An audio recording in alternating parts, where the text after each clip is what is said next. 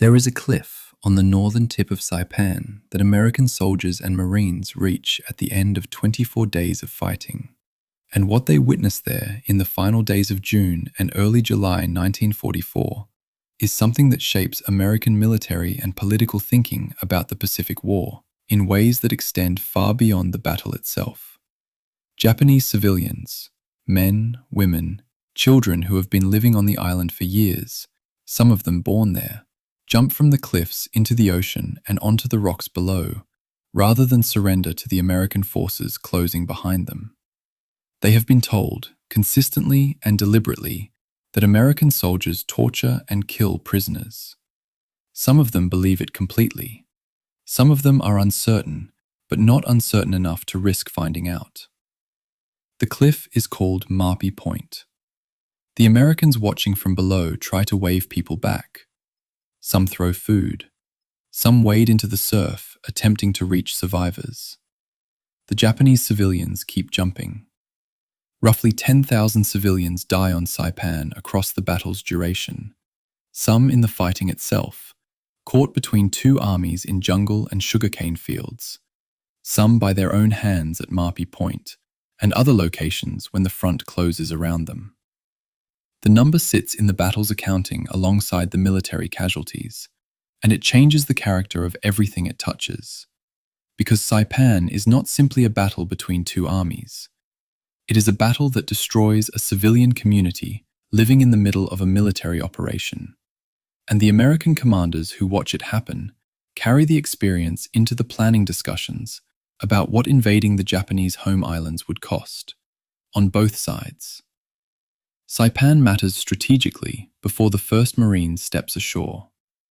The island sits in the Mariana Chain, roughly 1,200 miles south of Tokyo, and at that distance it places the new B-29 Superfortress, the long-range bomber that American air planners have built an entire industrial program around, within operational range of the Japanese home islands. Japan's military leadership understands this. The loss of Saipan does not simply cost territory. It costs the geographical buffer that has kept the Japanese mainland beyond the reach of sustained bombing. When Japanese Prime Minister Hideki Tojo receives word that Saipan has fallen, he resigns. The strategic meaning of the island is that direct. The American force assembling for the invasion in June 1944 is enormous, even by Pacific War standards. Roughly 71,000 soldiers and Marines load onto landing craft, supported by a naval bombardment force whose ships fire shells measured in hundreds of pounds toward Japanese defensive positions along the western coast. The 2nd and 4th Marine Divisions hit the beaches on June 15, 1944, alongside the Army's 27th Infantry Division, following in subsequent waves. The defenders, approximately 31,000 Japanese soldiers, under Lieutenant General Yoshitsugu Saito, have spent months preparing positions across terrain that makes the island a natural fortress. Volcanic ridges, sugarcane fields dense enough to hide entire companies, and cave systems that artillery cannot simply eliminate, combine with a defending force that has explicit orders not to surrender and nowhere to go if it did. The battle that follows is not a clean advance against collapsing resistance. It is 24 days of fighting that erodes American units at rates their commanders track daily, with the specific arithmetic of replacements versus casualties. The Marines and soldiers pushing inland find that every ridgeline hides the next defensive position. A company that clears one sugarcane field moves into the next one to discover the same machine gun placement, the same carefully positioned riflemen, the same mortar crew registered on the approach route. Japanese defenders use the cave systems to move laterally behind advancing American lines, reappearing in positions that infantry units believe they have already cleared. The fighting compresses into the kind of close-range violence where the tactical situation changes not across miles, but across yards. Inside that fighting, the individual experience is something that unit diaries and personal accounts try to capture, and almost always fall short of. A Marine company that lands with roughly 200 men on June 15th might have 120 left by the end of the first week. and the men who remain are not the same as the men who landed. Not because they are different people, but because what they have absorbed across 7 days of that specific fighting changes the texture of how they move and think and react in ways that cannot be trained for in advance. The officers who survive those weeks describe trying to make tactical decisions with units whose effective strength has dropped well below the threshold where the organization functions the way training doctrine assumes it should. American armor pushes forward where the terrain allows it. Sherman tanks, weighing roughly 33 tons, grind up volcanic ridges and into sugarcane fields, supporting infantry who cannot advance without them in the most contested sectors. Japanese anti-tank teams target those tanks because removing the armor removes the one advantage that allows infantry to move at all in certain positions. The tanks that survive a day's fighting return to forward maintenance areas where mechanics work through the night, patching track damage and mechanical failures caused by terrain that was not designed for vehicles of that weight. The naval gunfire and air support that pound Japanese positions continuously cannot substitute for the ground fighting that clears the island position by position. Battleships offshore fire their 14-inch guns toward coordinates that forward observers identify from inside the fighting. Shells weighing over 1,000 pounds, detonating across ridge lines and in the valleys where Japanese forces concentrate. The bombardment is continuous and heavy by any previous Pacific War standard. It is also insufficient to eliminate a defending force that uses the cave and tunnel systems to survive the most intense concentrations of fire and reoccupy positions after the shells stop falling. A significant episode occurs on the night of July 6th and 7th, when General Saito, having received word that no relief is coming and that the remaining defensive perimeter cannot hold, issues the order for a final Banzai charge. He dies before it launches, by his own hand, in the cave that serves as his final command post. The charge that follows is the largest of the Pacific War, with approximately 4,000 Japanese soldiers pushing south along the western coast against the Army's 27th Infantry Division in a mass assault that fractures the front line in the early morning hours and overruns 2 artillery battalions before the attack finally stalls. The men in those overrun artillery positions fight with whatever they have available when the line in front of them collapses. Sidearms, rifle butts, the machinery of the guns themselves as physical obstacles. The soldiers who survive the night describe it in terms that the unit records corroborate in the casualty figures. Approximately 406 American soldiers killed and wounded in the Banzai attack, with the attacking Japanese force of roughly 4,000 sustaining losses that leave almost none of them alive by morning.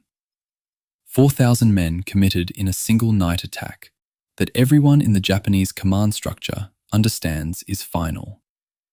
The civilian tragedy that defines Saipan's particular place in Pacific War history builds toward its culmination at Marpi Point during the battle's final days. Japanese civilians on Saipan number roughly 20,000 people, Japanese settlers, Korean laborers, and Chamorro Islanders who have been living under Japanese administration since the island was mandated to Japan after the First World War. The Japanese and Korean civilians have absorbed years of official propaganda describing American soldiers as savage and merciless. And as the American front closes across the northern end of the island, the civilian population compresses against the coastline, with nowhere left to go. American commanders broadcast surrender appeals through loudspeakers. Japanese soldiers who have not yet been killed or captured move among the civilians, in some cases telling them the broadcasts are deceptions, in some cases explicitly directing civilians toward the cliffs.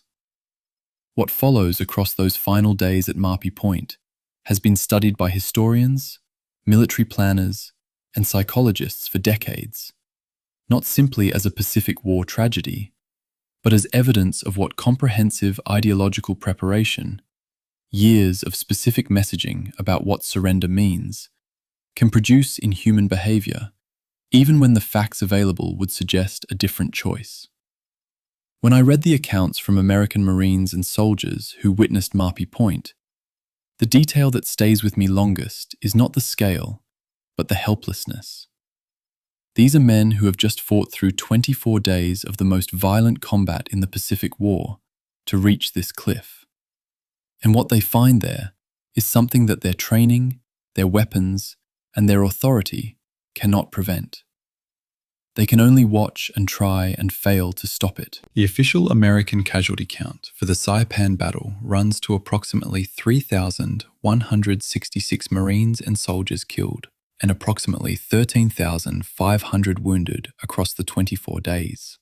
Japanese military dead reach approximately 29,000, with roughly 920 taken prisoner, a ratio that reflects the explicit orders against surrender that the Japanese garrison operates under, and the tactical reality of a defending force that fights to the end in prepared positions, rather than withdrawing when positions become untenable.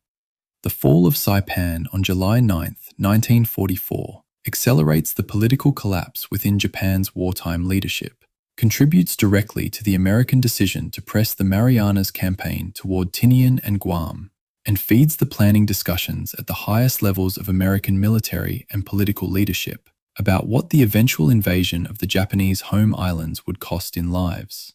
Discussions that eventually connect to the decision to use the atomic bomb the following year. None of those strategic consequences are visible from the cliff at Marpy Point in early July 1944. What is visible from there is the Pacific Ocean, the water at the base of the cliff, and the 24 days of fighting that have just passed across the island behind anyone standing on that northern edge looking out. If the night has gone quiet around you, and the weight of this is sitting somewhere between comprehension and the edge of sleep, Saipan is the kind of history that doesn't leave you quickly.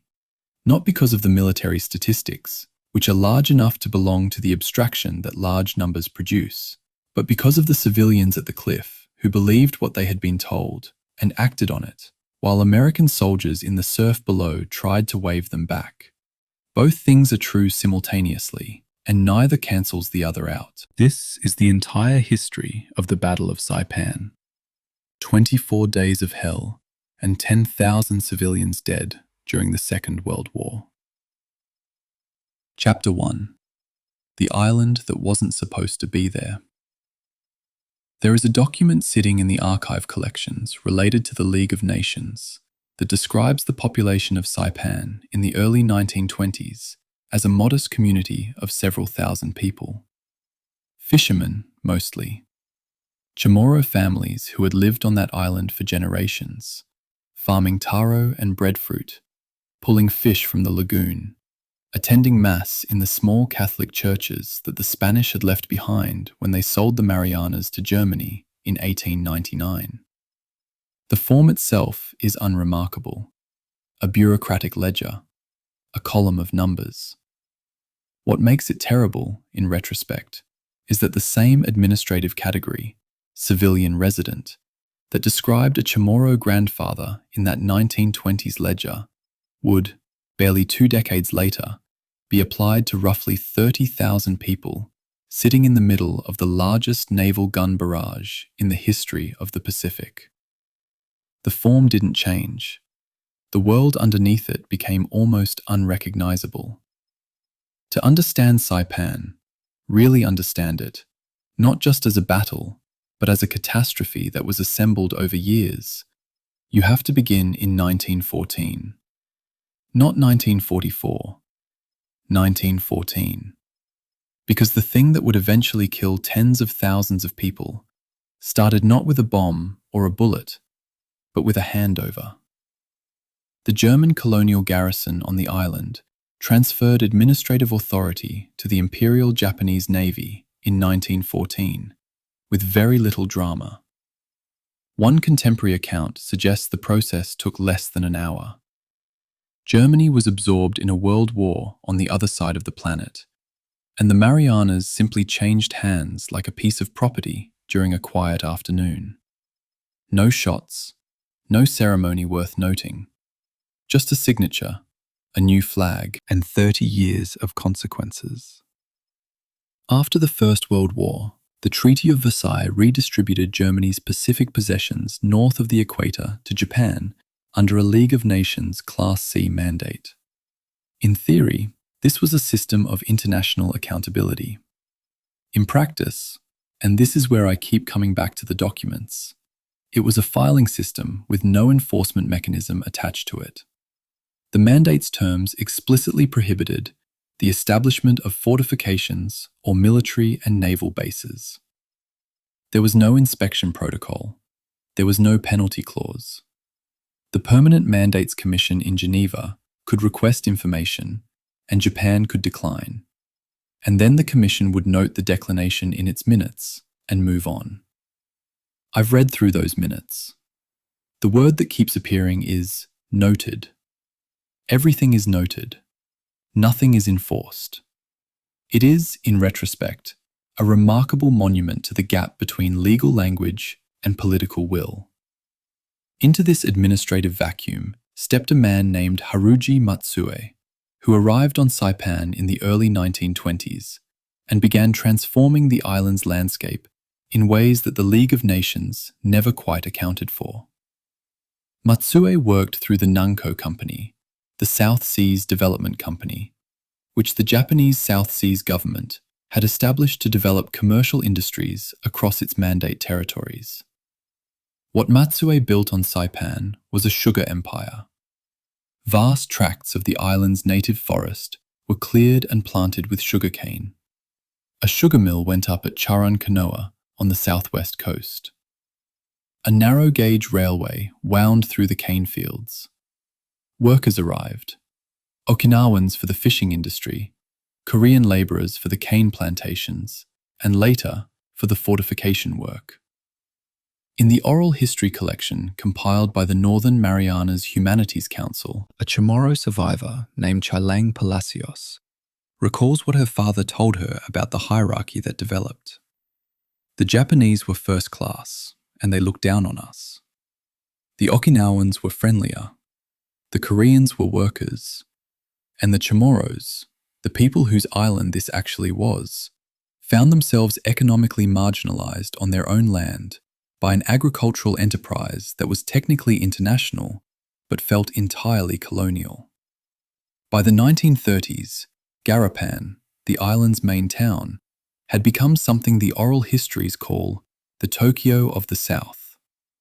A functioning Japanese city, hotels, a cinema, a post office, a Buddhist temple, a Shinto shrine, 2 elementary schools.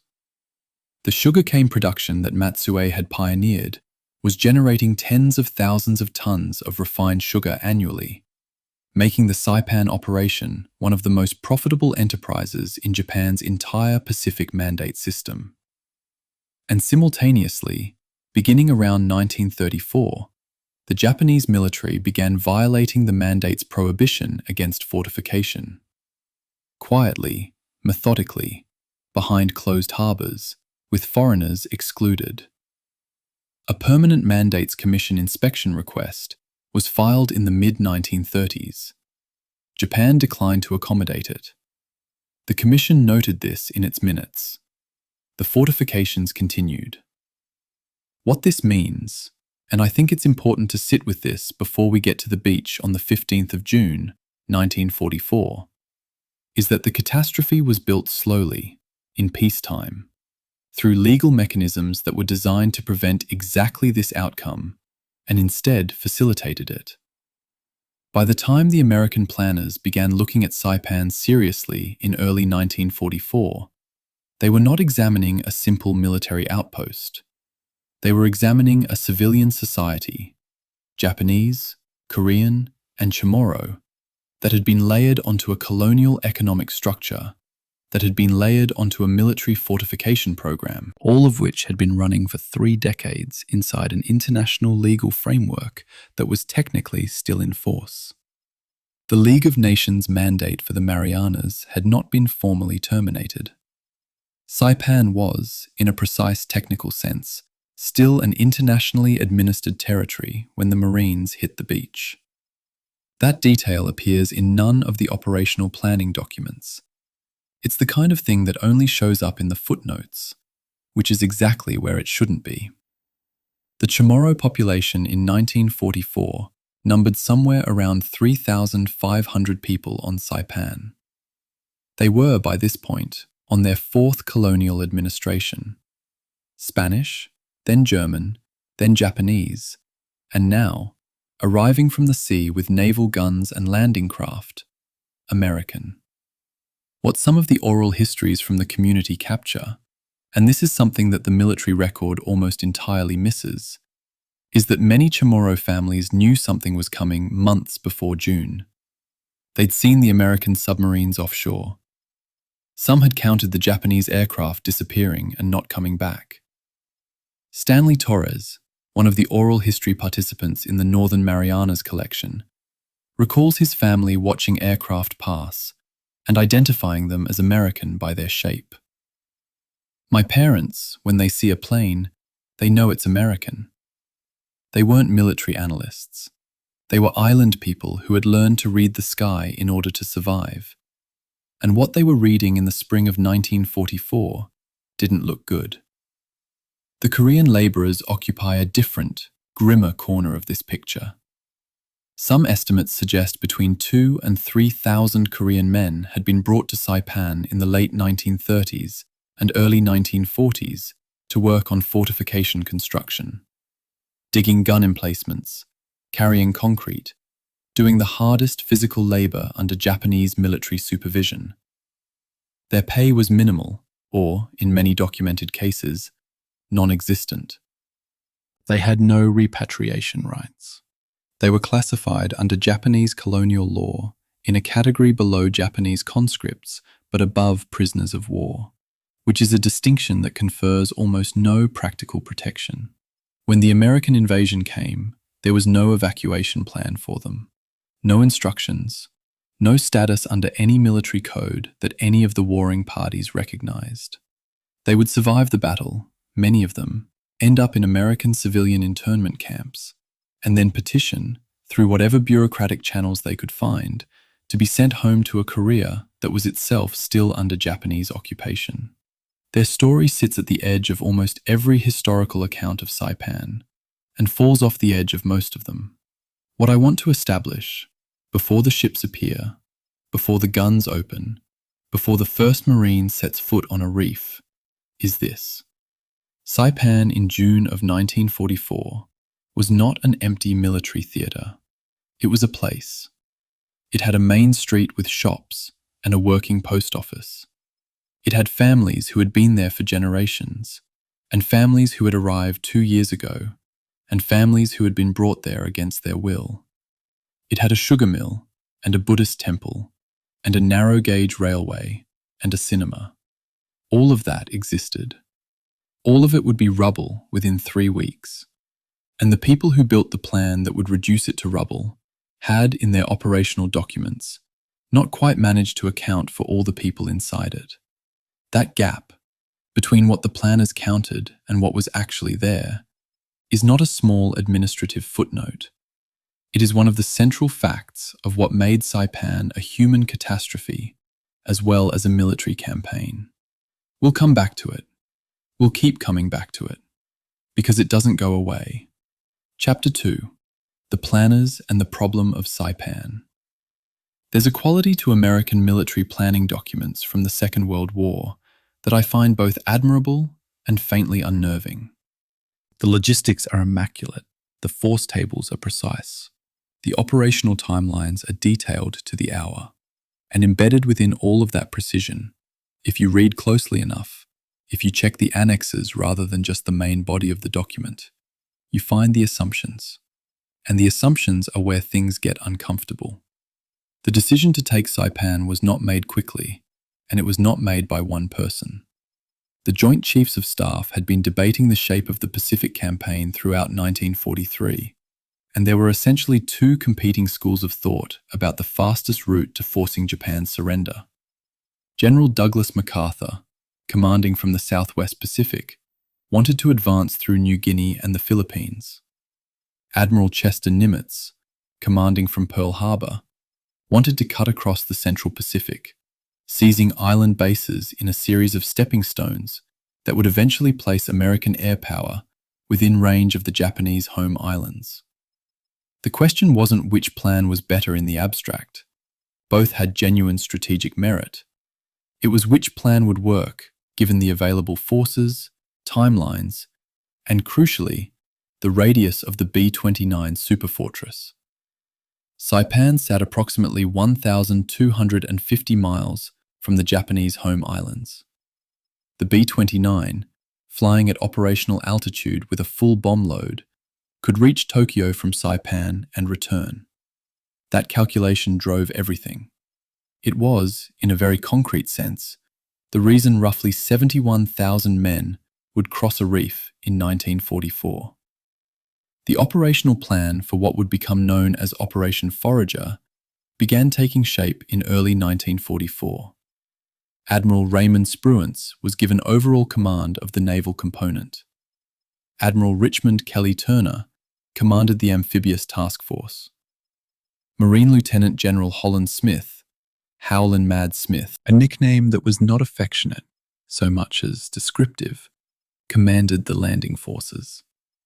3 divisions would carry the assault: the 2nd Marine Division, the 4th Marine Division, and the Army's 27th Infantry Division in reserve. The 2nd and 4th Marines had both seen serious combat before. The 2nd had come through Guadalcanal and the bloody assault on Tarawa. The 4th had fought at Roy Namur in the Marshalls. The 27th Infantry was a National Guard outfit from New York, with considerably less amphibious experience. That distinction would matter later. The intelligence picture assembled for the Saipan operation was, by the standards of 1944, genuinely impressive in its breadth, and genuinely flawed in some of its most important conclusions. Aerial reconnaissance and submarine-gathered photographs had identified the main beaches, the reef line, the location of Aslito Airfield. The estimate of Japanese military strength on the island had been placed at around 15,000 troops. The actual figure, when the Marines came ashore, was closer to 30,000. That's double. That is not a rounding error. That is a fundamental intelligence failure, whose consequences would be measured in American lives across every day of the following 24. As for the civilian population, the planning documents that I've reviewed work from a figure that was, at best, uncertain. One official pre-invasion intelligence estimate placed the total civilian population at something under 20,000. Post-war demographic reconstruction suggests the actual number was closer to 30,000. The difference between those two figures, somewhere between 10,000 and 12,000 people, is, by a grim coincidence, roughly equal to the estimated civilian death toll of the battle.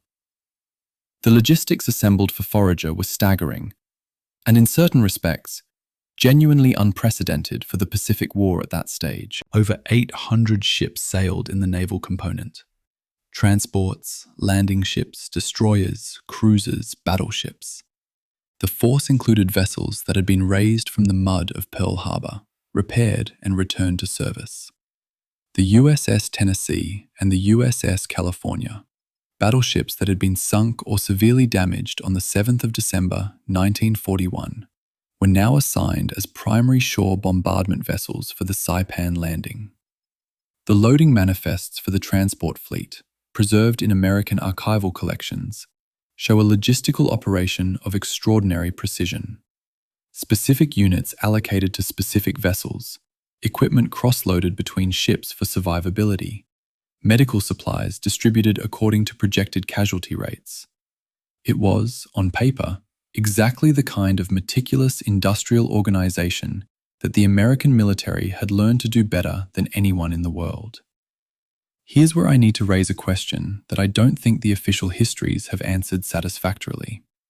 The pre-invasion intelligence estimated 15,000 Japanese troops defending Saipan. The operational plan allocated approximately 1.5 days of preliminary naval gunfire to suppress those defenses before the Marines landed.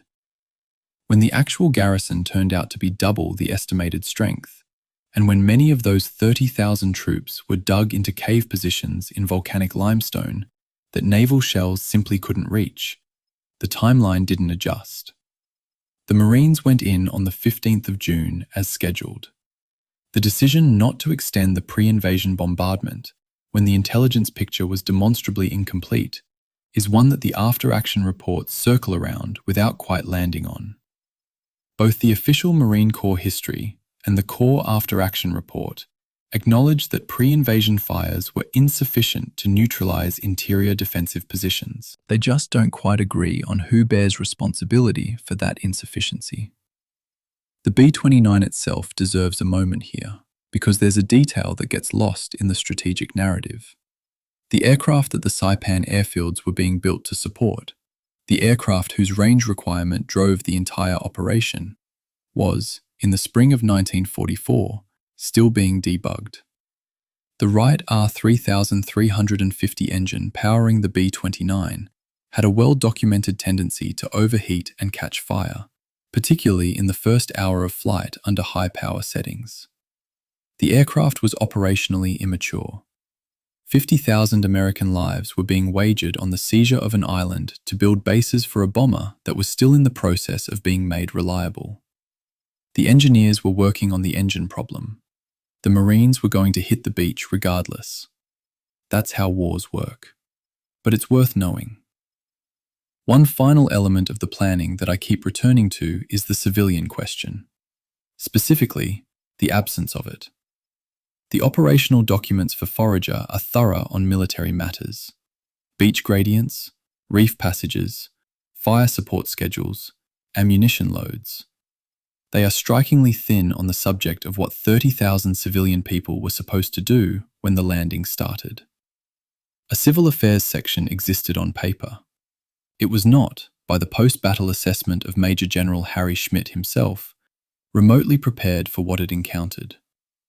Schmidt's own report, written after the battle, describes the civil affairs section as well informed on the intricacies of city government, but helpless in the face of arduous field conditions, where thousands of civilians, homeless, starving, naked, wounded, and in most cases terror-stricken by the savage fighting taking place but a few hundred yards away, suddenly appeared and clamored for assistance. That sentence was written by an American general about an American planning failure. It is, in that sense, its own kind of document. The Armada sailed from Pearl Harbor with its slow elements beginning around the 25th of May, 1944. Over 71,000 Marines and soldiers, 800 ships, the largest amphibious force yet assembled in the Pacific War. Briefings at sea gave the troops maps based on recent reconnaissance, told them to expect roughly 15,000 enemy soldiers, and outlined the attack plan. By the time those briefings were delivered, American carrier aircraft had already begun striking Saipan. The preliminary phase of Operation Forager was underway, and somewhere on the island, a Chamorro family was listening to the sound of aircraft engines overhead, looking at each other across a table of food set out for a family occasion that would never be finished, and running for a cave. A survivor named Chilang Palacios later described that moment through her sister's account. "It's raining like fire. Everybody was so scared. They abandoned the food at the table and they all ran away." The planners on those 800 ships never heard that sentence. They were looking at maps. Chapter 3. The Island Before the Fire. I want to spend some time with Garapan. Not the Garapan that American poet John Ciardi, who flew over it as a B-29 gunner, described afterward as one of the two most completely destroyed towns I have ever seen. I want to spend time with Garapan as it actually was. A functioning city on a tropical island that had been steadily built up over 2 decades, and that contained, in the spring of 1944, all the ordinary apparatus of human life. Post office, cinema, hotel, market, the Buddhist temple that sat near the harbour, the Shinto shrine whose torii gate would later appear in a famous Marine Corps photograph as a soldier walked through it. The shrine still standing, the town around it gone.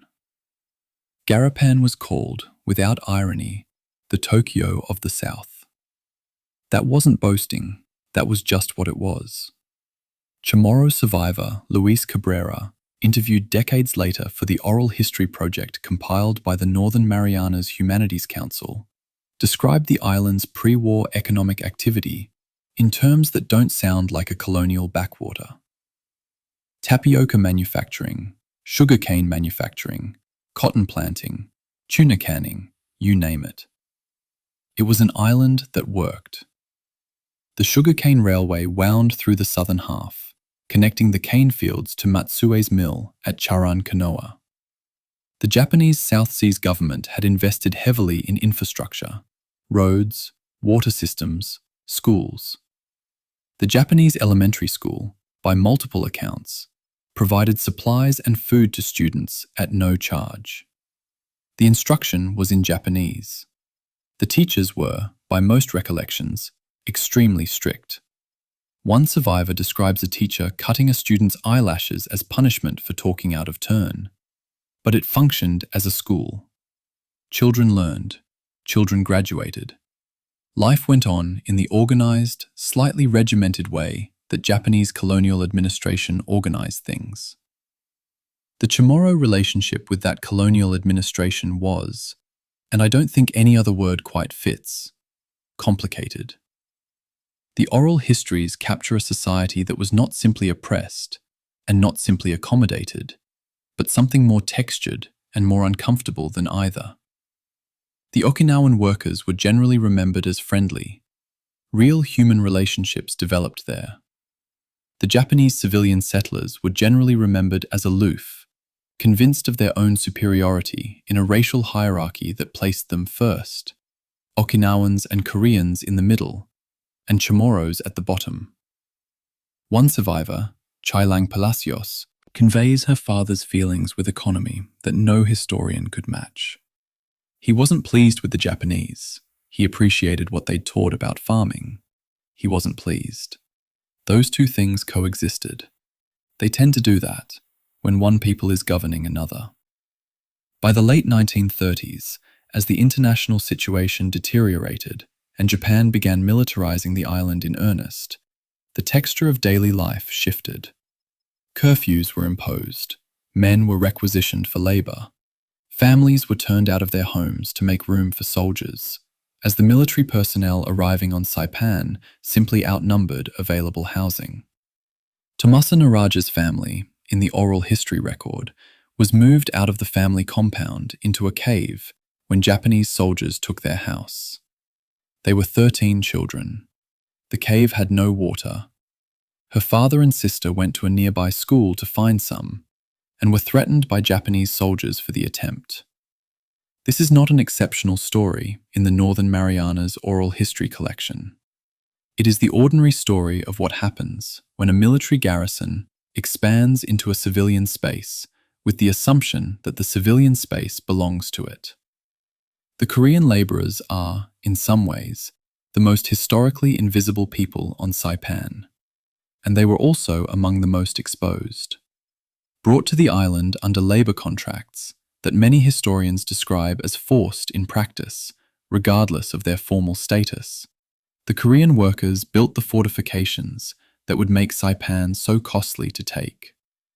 They carried concrete and dug gun emplacements and graded the airfield runways, working under Japanese military supervision at wages that were, in many cases, never paid. The sugarcane industry used Korean workers, as the oral histories note explicitly. So did the military construction program. By the time the American bombardment began, these men were as trapped on the island as anyone else, with the additional disadvantage of belonging to no country that would claim them, no army that would protect them, and no propaganda narrative from either side that mentioned their existence. They would survive in significant numbers, end up in the American internment camp at Susupe, and then wait, sometimes for months, for someone to decide what to do with them. The bombardment began on the 12th of June, 1944, 3 days before the landing. American carrier aircraft from Task Force 58 struck the island on the 11th and 12th. For the civilian population, this was the moment when every quiet suspicion about what was coming became loud and concrete and impossible to ignore. Families who had prepared caves, stocked them with breadfruit and water and clothing against the possibility of exactly this moment, moved into them. Families who hadn't prepared scrambled. Julia Narita, 7 years old in 1944, remembered it this way in the oral history record. "I was only 7 when the war began. We didn't know the war was coming. We only knew it was a problem when the air raid sirens were on." And then, she said, her father gathered the family, and they moved toward a cave, and the bombardment started. That's the entire arc of a child's experience of the strategic decision that several hundred American planners had spent months developing. Sirens, father, cave, fire. Sister Asuncion Demapan recalled that her family's cave had been prepared in advance. Breadfruit, water, food that wouldn't spoil, clothing. Her parents had thought about it. They'd done the practical thing that people do when they understand a danger is coming and can't prevent it, which is to prepare a small space where they can be somewhat safer than elsewhere. Then the Americans started bombing Garapan, the town that Luis Cabrera had described as filled with industry and activity. You name it, began to come apart building by building. The sugar refinery at Chirancanoa, the government buildings, the harbour facilities, the Buddhist temple, the narrow-gauge railway that Matsue had built took hits. What American naval gunfire and carrier aircraft were destroying was not just Japanese military infrastructure. It was the physical substance of 20 years of colonial investment, some of it exploitative, some of it genuinely functional, all of it inhabited. The American military had distributed propaganda leaflets written in Japanese katakana, promising safety and food and medical care to any civilian who surrendered. The oral histories suggest the results were mixed.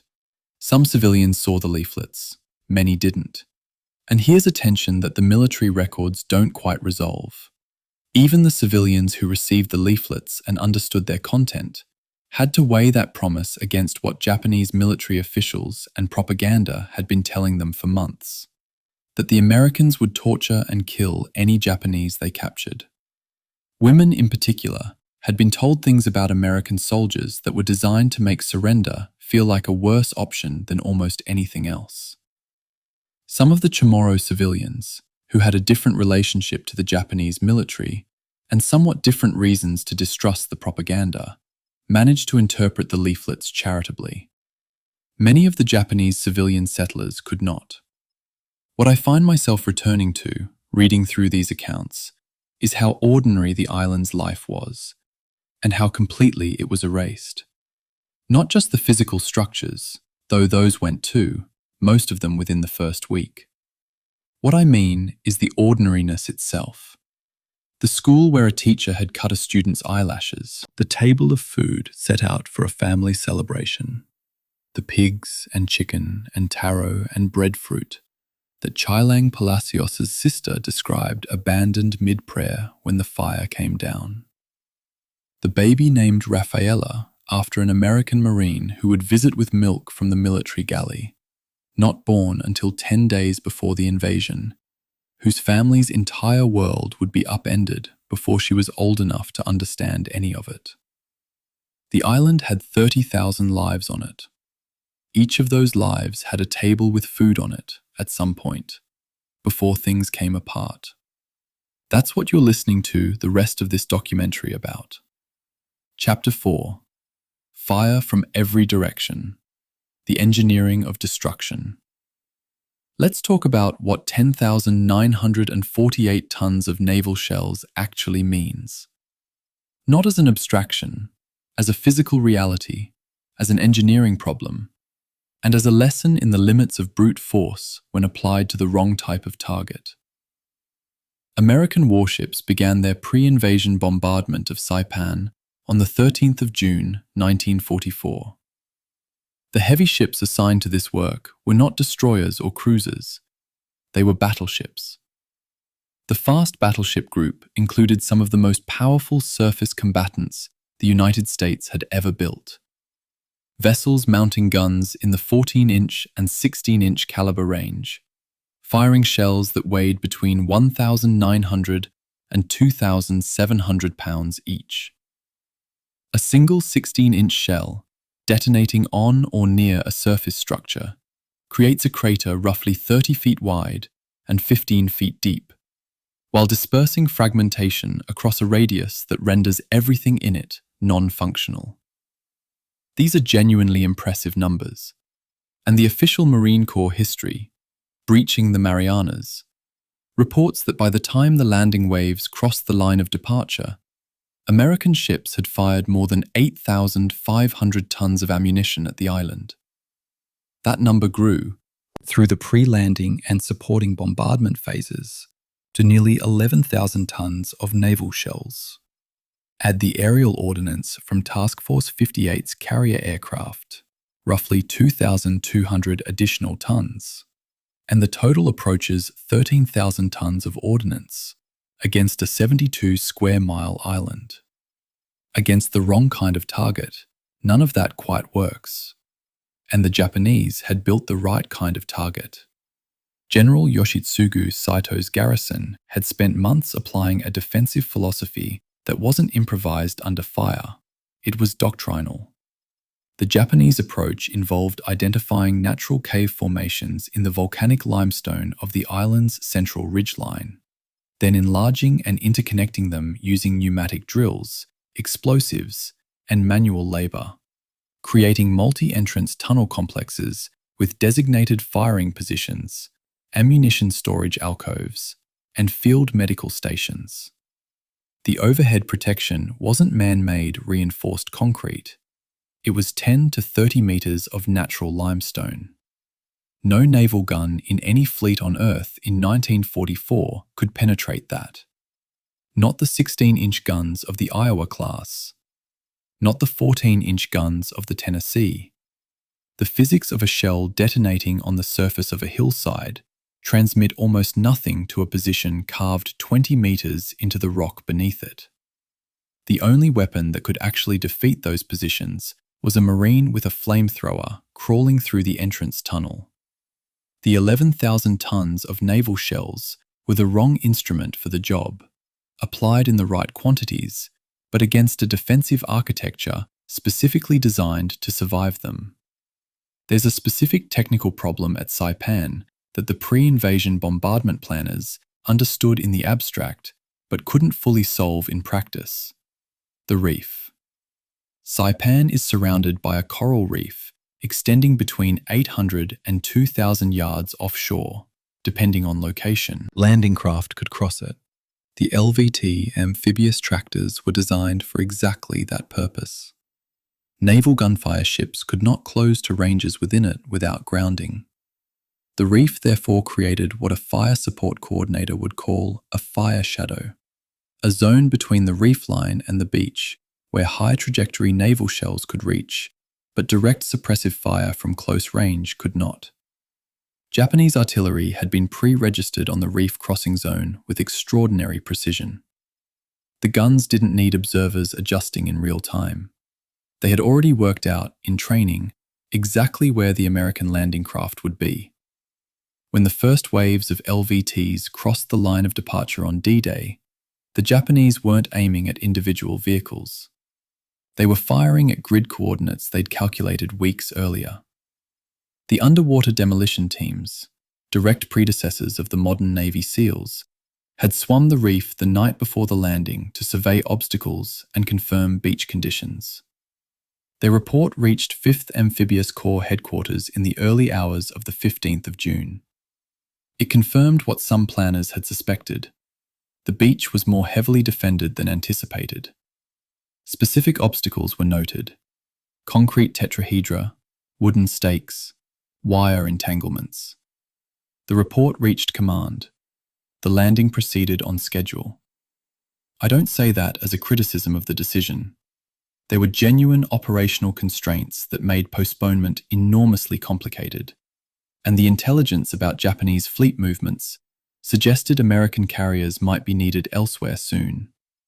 But I note it because it matters. The people making the decision knew the bombardment hadn't done everything it was supposed to do, and the Marines went anyway. The LVTA 4 armoured amphibious tractors leading the first wave mounted a 75mm howitzer in a turret and was supposed to provide direct fire suppression against beach fortifications as the infantry waves came in behind them. Their armour, a maximum of 12mm on the hull sides, was designed to stop small arms fire and light fragmentation. It was not designed for the 47mm and 75mm anti-tank guns the Japanese had positioned with pre-registered fields of fire covering the reef. The after-action reports document LVTs being penetrated at ranges exceeding 800 meters by Japanese anti-tank weapons. Some vehicles were hit on the reef itself and destroyed there, their crews killed in 4 feet of water among the coral. The vehicles were, in a very specific technical sense, built for a threat environment that was slightly less lethal than the one they entered. They went anyway. The Chapin memoir, Lieutenant John Chapin, published in the Marine Corps Commemorative History of the Battle, describes what awaited any unit that survived the beach approach and moved inland even a short distance.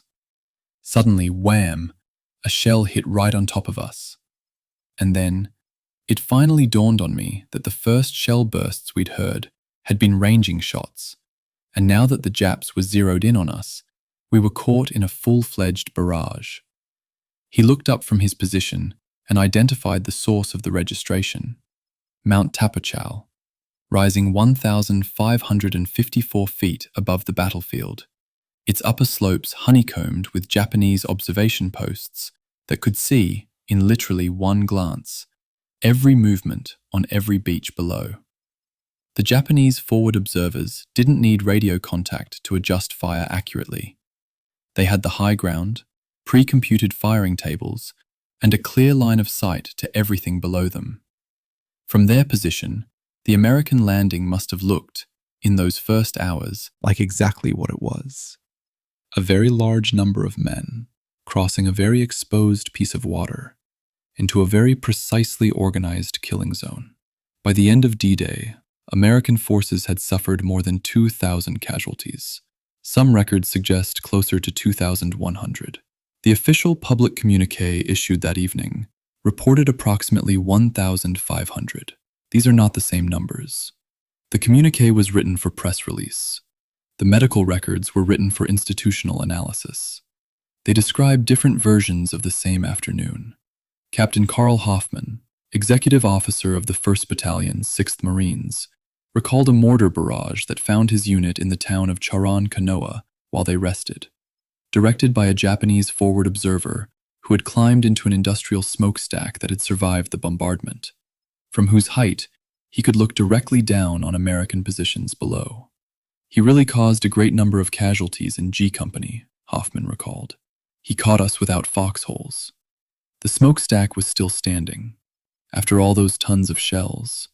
One Japanese soldier with binoculars at the top of an industrial chimney, doing more damage than a calculation about tonnage could account for. That night, the night of D-Day, when exhausted Marines were trying to hold a perimeter that varied between 300 and 1,000 meters deep, the Japanese launched a coordinated armored counterattack on the 6th Marines' position on the far left of the American line. Roughly 2,000 Japanese soldiers, led by tanks, moved south from Garapan in the darkness. What stopped them wasn't just Marine firepower, though that was part of it.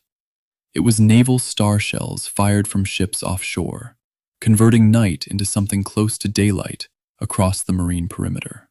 A Japanese message recovered later, from the 31st Army message file, described the problem with unusual frankness.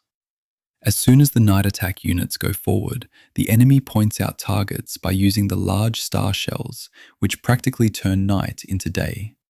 Thus, the maneuvering of units is extremely difficult. It's an interesting document. The Japanese were technically correct in their analysis. Night, for them, was the only equalizer left, and the Americans had bought light with naval artillery. When dawn came, roughly 700 Japanese soldiers lay dead in front of the 6th Marines' positions. One tank survived. The body of the man who had blown the bugle to signal the charge was found slumped over the tank's open hatch. A bullet had gone straight up the bugle.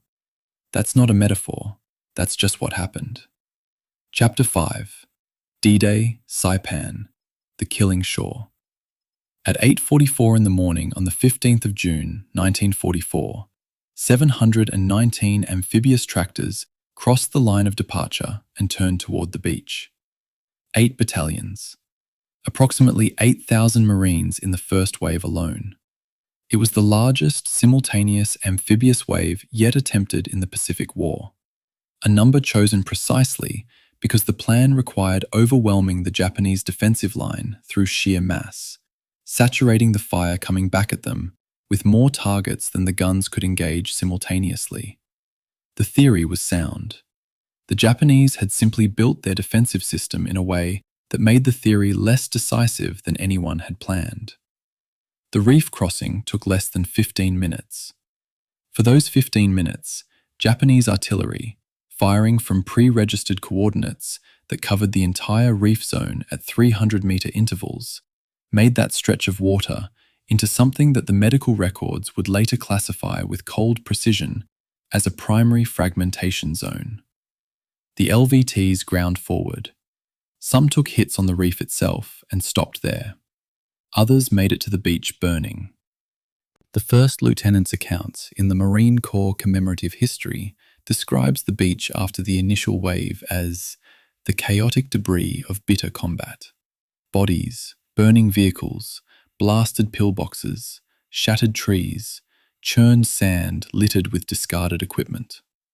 Lieutenant Chapin came ashore on D-Day with the 3rd Battalion, 24th Marines.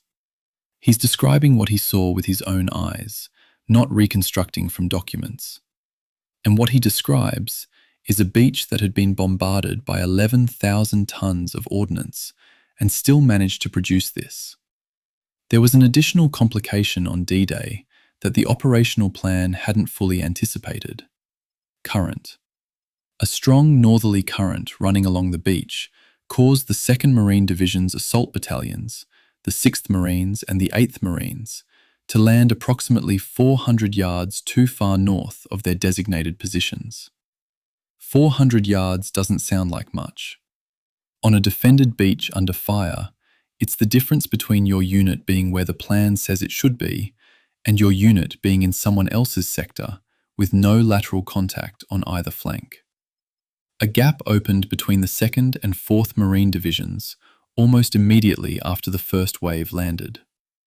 That gap, a seam in the American line roughly in the middle of the beach, was exactly where the Japanese focused some of their heaviest defensive fire for the next several hours. The 2nd Marine Division's after-action analysis, when it came, was blunt. Operations Officer Colonel Robert Hogeboom described the opposition in terms that deserve to be read carefully. The opposition consisted primarily of artillery and mortar fire from weapons placed in well-deployed positions and previously registered to cover the beach areas, as well as fire from small arms, automatic weapons, and anti-boat guns, sighted to cover the approaches to and the immediate landing beaches. That's a competent, professional defensive setup. The Japanese on Saipan weren't improvising.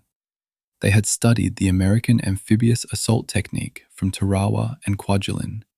They had a clear idea of where the Americans would have to cross, and they had spent months making those crossing points as lethal as possible. By 11 in the morning, the 2nd Marine Division's medical battalion had established an aid station on Beach Red 2. The wounded were arriving faster than standard triage procedures could process them. The medical records for this period, which I find myself returning to because they contain a kind of forensic precision that tactical histories often paper over, document a very specific pattern in the wound types. The majority of the first several hundred casualties who came through the aid station presented with fragmentation wounds to the lower extremities, torso, and arms, consistent with artillery airburst at close range. A much smaller proportion showed direct small arms gunshot wounds.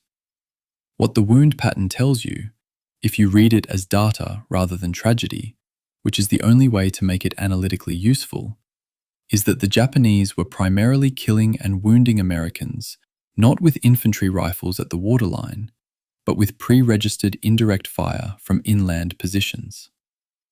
The beach defences weren't the main weapon. The guns in the hills, firing at grids they'd already computed, were.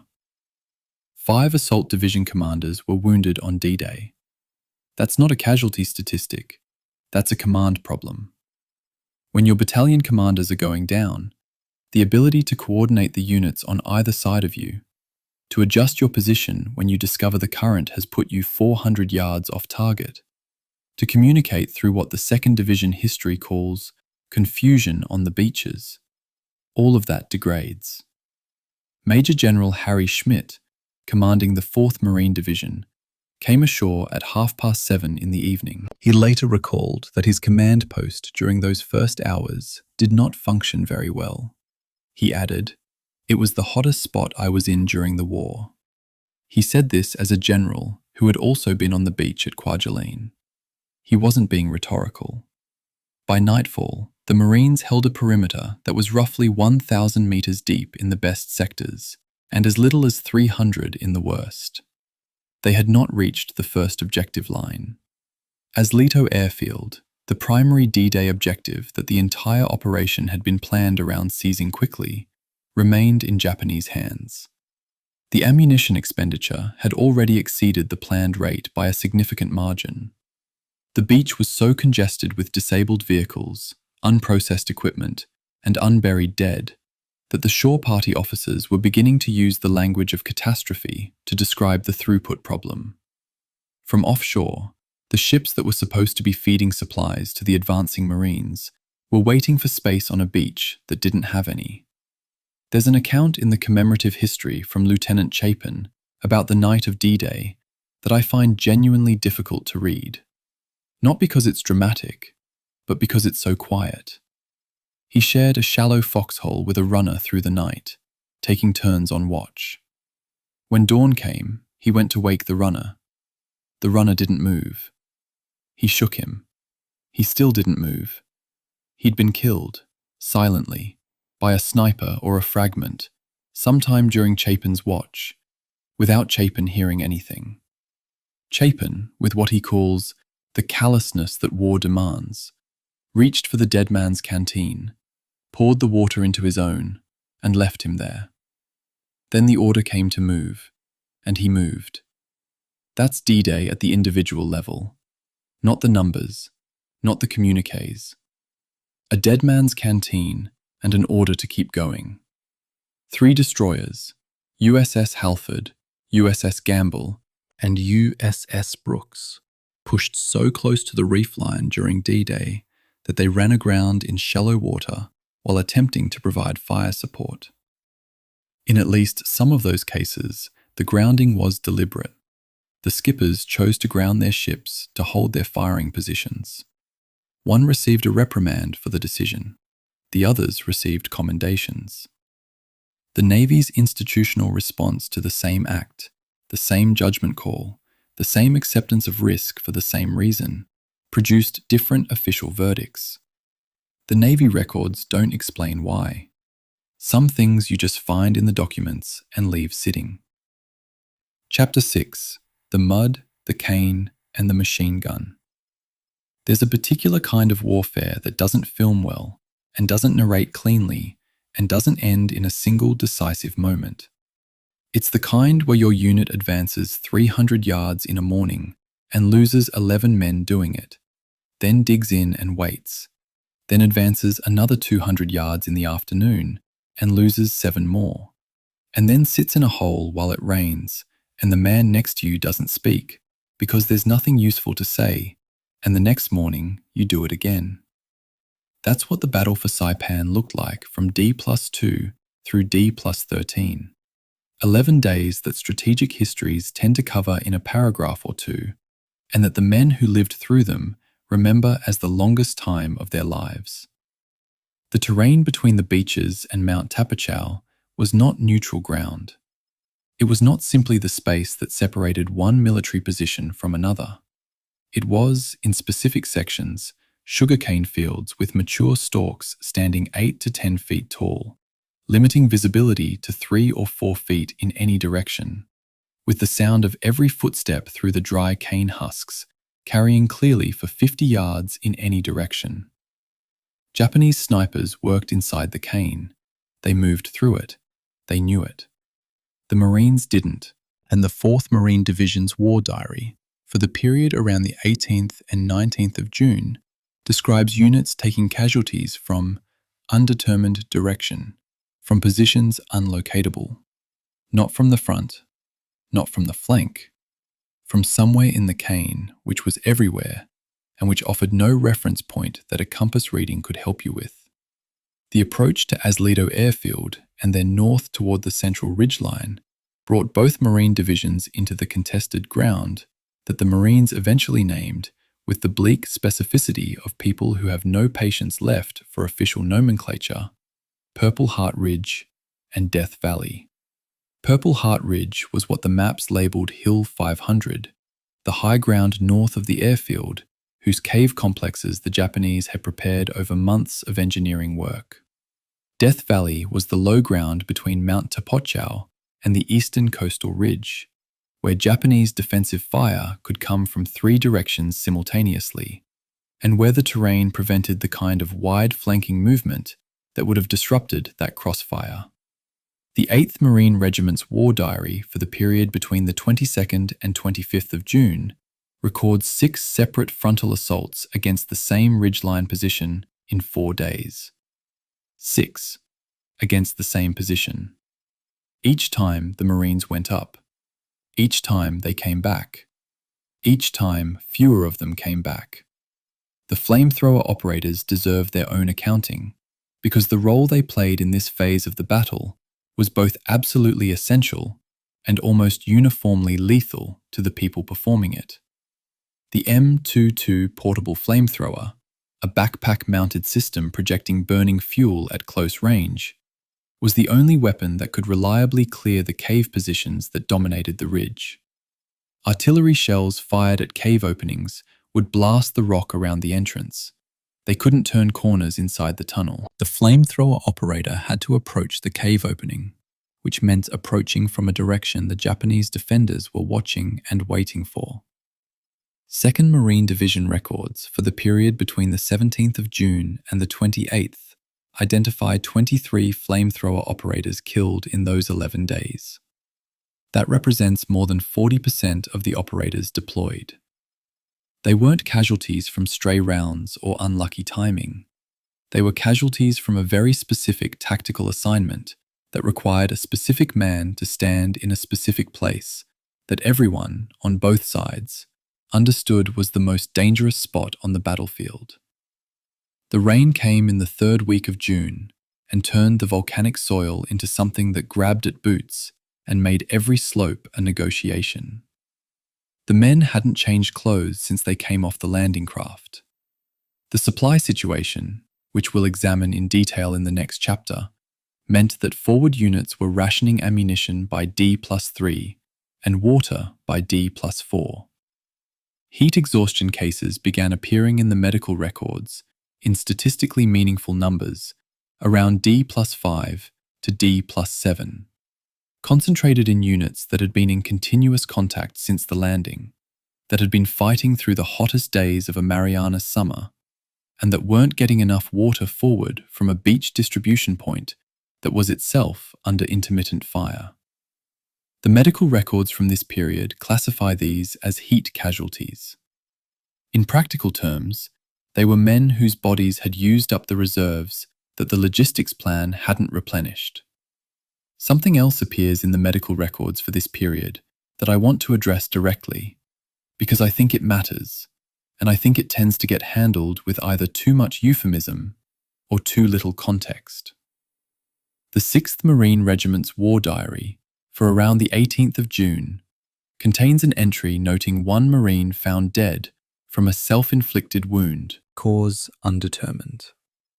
The 2nd Medical Battalion's records for the period from the 20th of June through the 3rd of July list 212 cases of what they categorize as neuropsychiatric casualty, combat fatigue in the language of 1944, requiring removal from the line.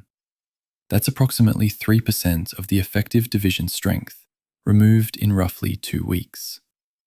The Marine Corps had no established psychiatric treatment protocol for sustained combat neurosis at that stage of the war. The standard response was 48 to 72 hours of rest, food, and sleep, followed by return to duty. In 21st century clinical terms, what those men were being sent back to the line with is a condition we now call acute stress disorder. The treatment was rest. The treatment didn't last. And the 212 who appeared in the formal records almost certainly represent a fraction of the actual number, because the institutional culture of the Marine Corps in 1944 didn't have a category for afraid in a way that has stopped working, that didn't carry professional consequences for the man who admitted it. Robert Sherrod was a Time magazine correspondent embedded with the 4th Marine Division during this phase of the battle. His dispatches from Saipan were among the first American press accounts to describe dead civilians, including children, found in the battle area. His editors in New York initially pushed back on the most direct descriptions. Sherrod held firm. The descriptions were published in Time in late June and early July of 1944, and they were the first detailed civilian casualty accounts from any Pacific Island battle to appear in the mainstream American press. In one dispatch, he described watching a young Marine. He estimated the soldier was no more than 20 years old, sit down in the Sugarcane and begin laughing quietly. Not hysterically, quietly. His sergeant pulled him up. He stopped laughing. They kept moving. Sherrod noted that nobody wrote that moment down in any official record. He was right. It isn't in any of the unit war diaries I've read. It's only in Sherrod's notebook. And his notebook, unlike the war diaries, unlike the after-action reports, unlike the casualty returns, was written by someone who didn't have an institutional reason to be careful about what he recorded. By the 27th of June, the Marines had been fighting for 12 days. They'd burned through significantly more artillery ammunition than the logistics plan had budgeted for. The shortfall in 105mm rounds was being covered by drawing against reserves allocated for the follow-on operations against Tinian and Guam, a decision that would create supply tensions downstream. The beach situation was, as we'll examine in detail shortly, barely under control. The perimeter had moved north, had taken the airfield, had pushed east to split the island in two. But Mount Tapotchau, the dominant ground, the observation platform from which Japanese spotters had been directing precise artillery fire onto every American movement since D-Day, was still in Japanese hands. Until it wasn't, nothing on Saipan would quite work. And taking it was going to require exactly the kind of direct assault, from below, against prepared positions on high ground, that military doctrine everywhere has always described as the most expensive thing you can ask infantry to do. Chapter 7. The Logistical Organism. The morning of June 16th, 1944, the beach at Charan Kanoa looked less like a military operation than a shipwreck. Destroyed LVTs, amphibious tractors, each weighing roughly 18 tons, lay canted at the waterline, their hulls punched open by Japanese anti-tank fire from the first 24 hours. Shore party teams from the 4th Marine Division worked around them, thread supply chains through corridors of wreckage, while staff officers back on the command ships received reports that made little immediate sense. The beaches were technically secured, but material throughput had collapsed to somewhere near 18% of the planned daily target. The plan had called for 2,200 tons of supplies moved ashore on D-Day itself. The actual figure came in at roughly 840 tons. That gap, between the number on a planning document and the reality of a burning, corpse-strewn beach, would define the next 48 hours more than any infantry engagement. Not because men lacked courage, but because modern amphibious warfare is a machine, and machines require fuel, ammunition, water, and food in specific quantities at specific times. And when those flows interrupt, soldiers die from causes unrelated to the enemy. The DUKW, the six-wheeled amphibious truck that the Army and Marine Corps had come to depend on for surf-crossing logistics, was, in theory, the solution to exactly this kind of problem. 52 DUKWs had been assigned to the Saipan operation, distributed across 2 beach parties. By the end of June 16th, 17 of them were disabled, some by Japanese artillery fire that caught them in the surf zone, others by mechanical failure accelerated by the coral reef that extended between 800 and 2,000 yards offshore, shredding tires and cracking axles. The remaining 35 operated at roughly 60% of their rated load capacity because drivers, trained for calmer conditions, were compensating for a cross swell that ran at an angle to the beach and made controlled landings nearly impossible. A shore party officer's log, preserved in the Breaching the Marianas monograph published by the Marine Corps Historical Center, noted that by the afternoon of D+1, the reef passage was a floating junkyard of broken equipment, medical supplies, and at least one artillery ammunition pallet that had broken free and was cycling with the tide. Nobody could immediately retrieve it. The 105mm howitzer shells inside it were not counted as lost until a supply sergeant's manifest was reconciled 4 days later, and the number simply didn't add up. Water was the problem nobody had fully modeled. 71,000 assault troops require approximately 71,000 gallons of drinking water per day at minimum, 1 gallon per man.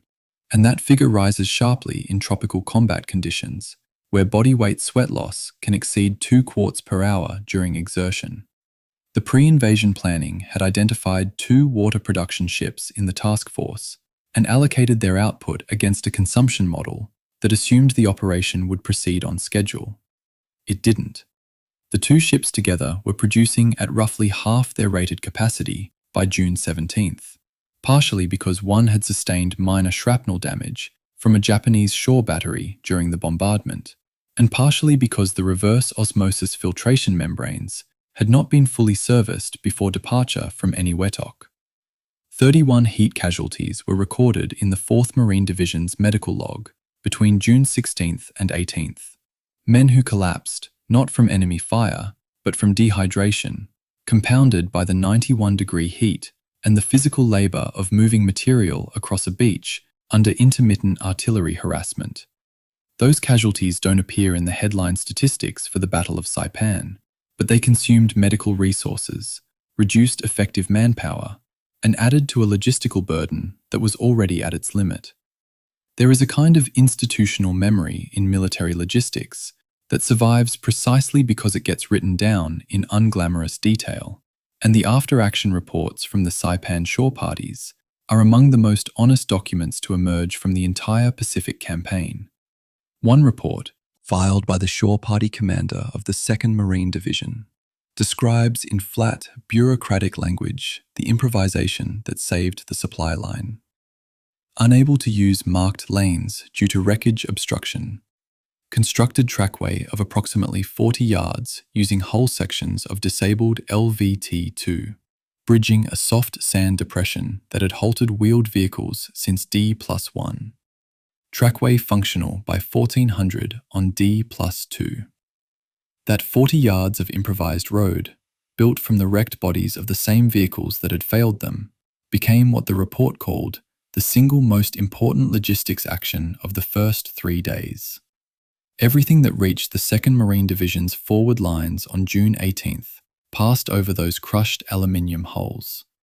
The Marine Corps history doesn't give the shore party commander's name in the passage I've read most carefully, which is the kind of omission that bothers me. The men who built that improvised crossing are as absent from the record as the water they were trying to deliver. Ammunition consumption during the first week exceeded every projection by margins that alarmed the supply officers. The assault plan had modelled 3,800 tons of ammunition consumed in the first 24 hours. The actual figure reached approximately 3,800 tons on schedule, but then continued to accelerate as the Japanese defence deepened.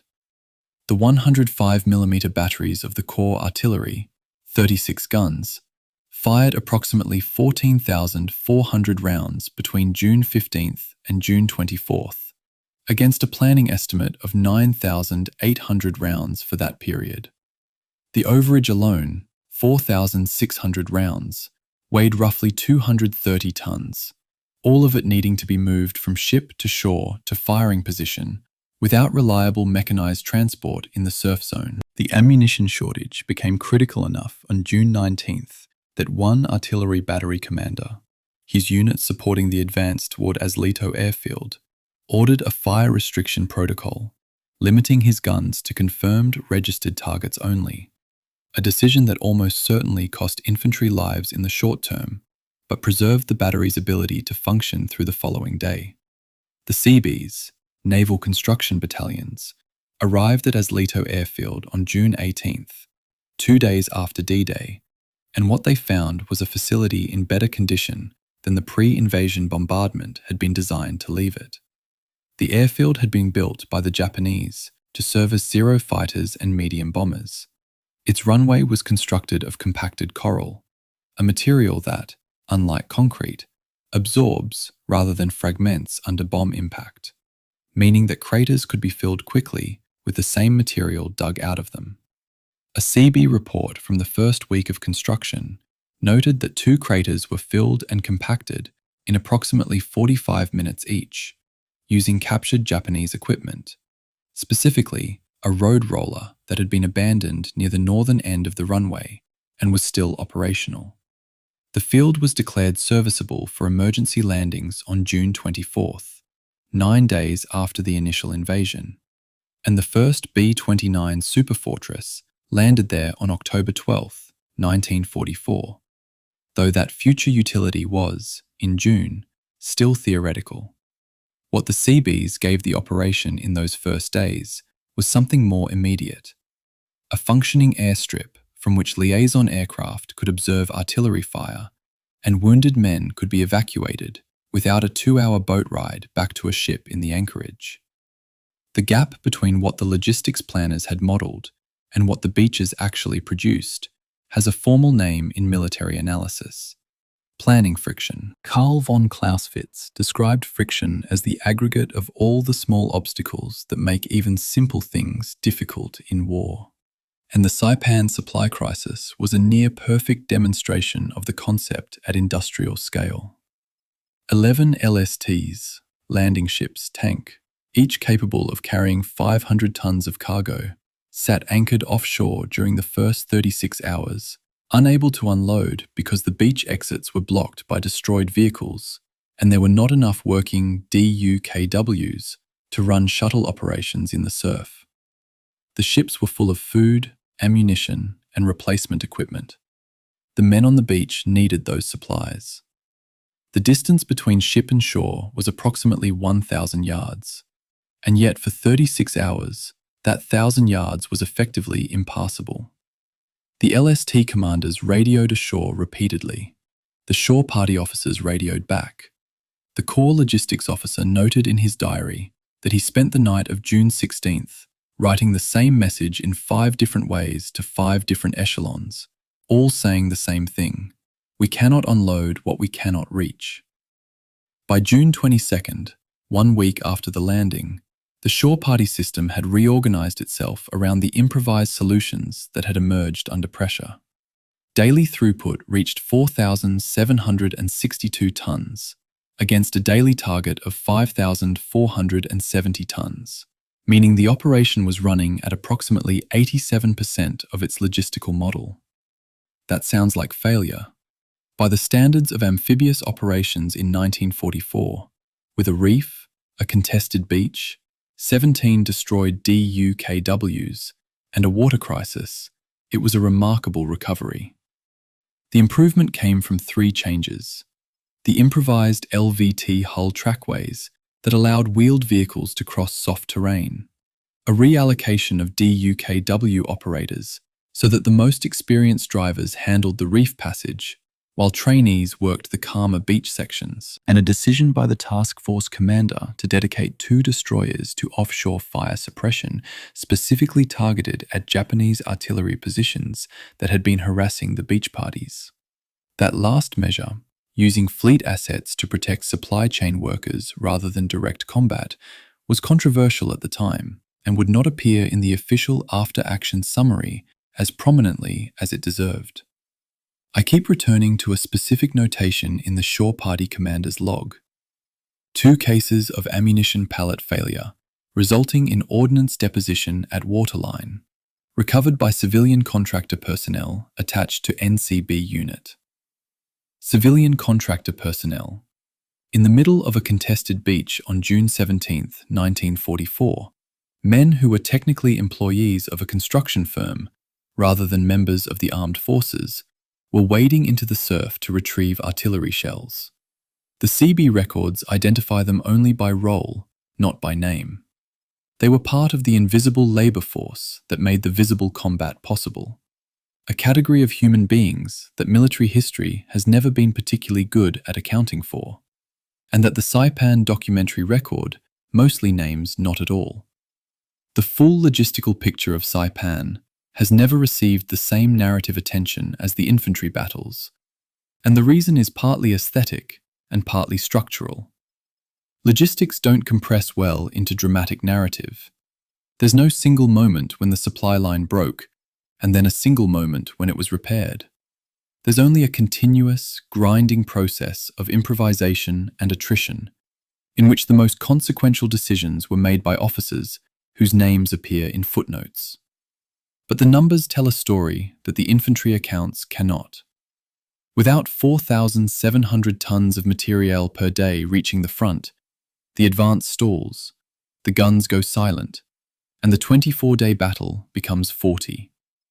The men who built the trackway from wrecked LVTs, who fixed the WW2 axles under fire, who waded into the surf after loose ammunition pallets, they were not logistics officers in any abstract sense.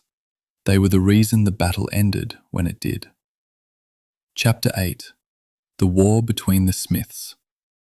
On the morning of June 24, 1944, Lieutenant General Holland McTire Smith, Commanding General of the Expeditionary Troops, signed an order relieving Major General Ralph C. Smith of command of the 27th Infantry Division, United States Army.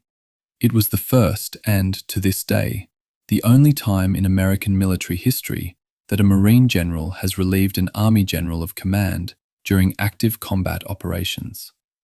The decision would generate a controversy that lasted decades, produced 2 competing institutional histories, consumed the attention of General George C. Marshall and Admiral Ernest J. King simultaneously, and ultimately, in ways that are still debated, influenced the organizational structure of amphibious operations in the Pacific for the remainder of the war. Holland Smith was 61 years old. Ralph Smith was 51. They shared a surname and almost nothing else. One was an Alabama-born Marine who had commanded amphibious landings from Attu to Tarawa, and whose nickname, Howlin' Mad, was meant affectionately by the men who served under him. The other was a former Colorado National Guard officer, a graduate of the French École Militaire, and a practitioner of the methodical fire and maneuver doctrine that the Army had refined at Fort Benning. The collision between them was, in one sense, a personality conflict.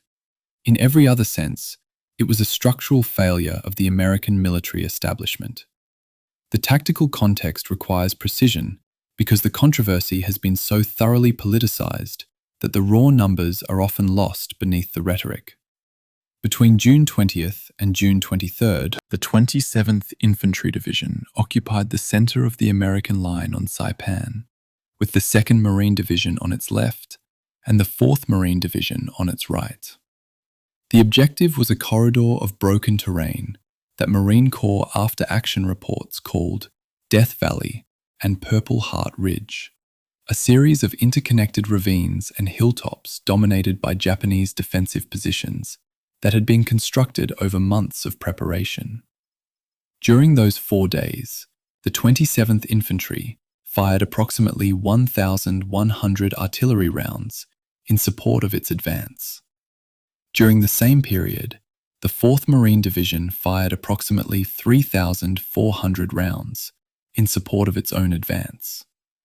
The Marine divisions moved. The 27th did not move proportionally. Holland-Smith's relief order cited the all-round poor performance of the 27th Division, and specifically, its failure to keep pace with flanking units, which left the Marine divisions exposed on their interior flanks.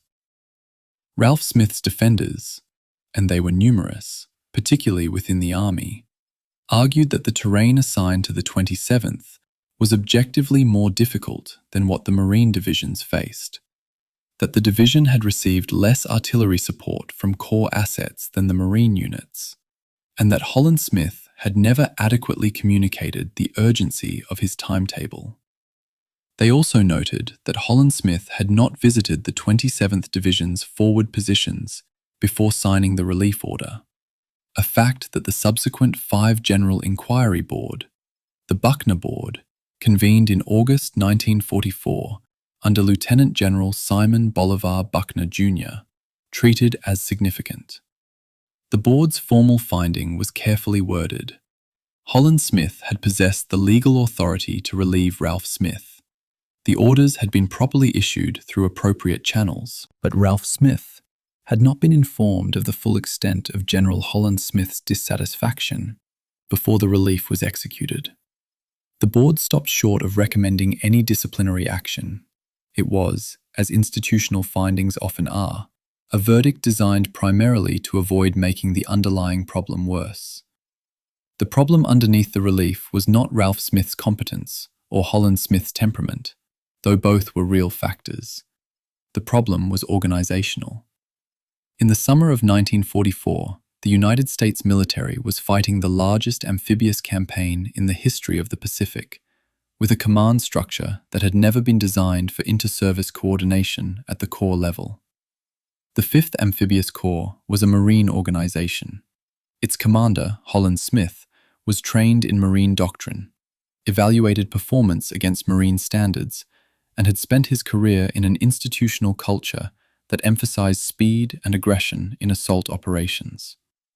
The 27th Infantry Division was an Army unit trained to Army standards, equipped with Army-issue weapons in slightly different configurations, and staffed by officers who had been taught that methodical advance, consolidating gains before pressing forward, was not timidity, but professionalism. When those two doctrinal traditions collided on a shared line of battle, the friction was not between two individuals. It was between two institutional definitions of what good enough meant. The press response to the relief was the dimension that turned a military controversy into a political one.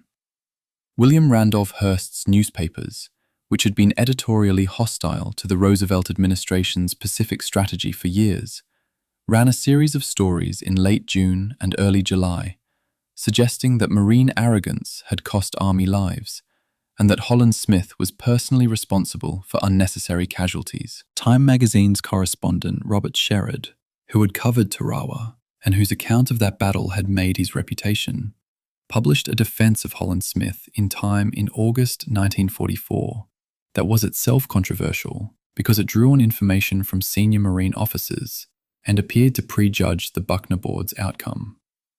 Sherrod would later write about the tension between his access and his obligations as a journalist, but in the summer of 1944, the immediate effect of his reporting was to harden positions. Marine partisans cited Sherrod's account as validation.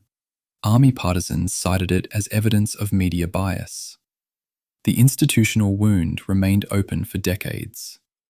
General Richardson, the Army commander for the Pacific Ocean areas, was so furious about the relief that he flew to Saipan without authorization from Admiral Nimitz, held an award ceremony for 27th Division soldiers that Holland Smith had not been invited to, and returned to Honolulu facing a formal reprimand from Nimitz himself.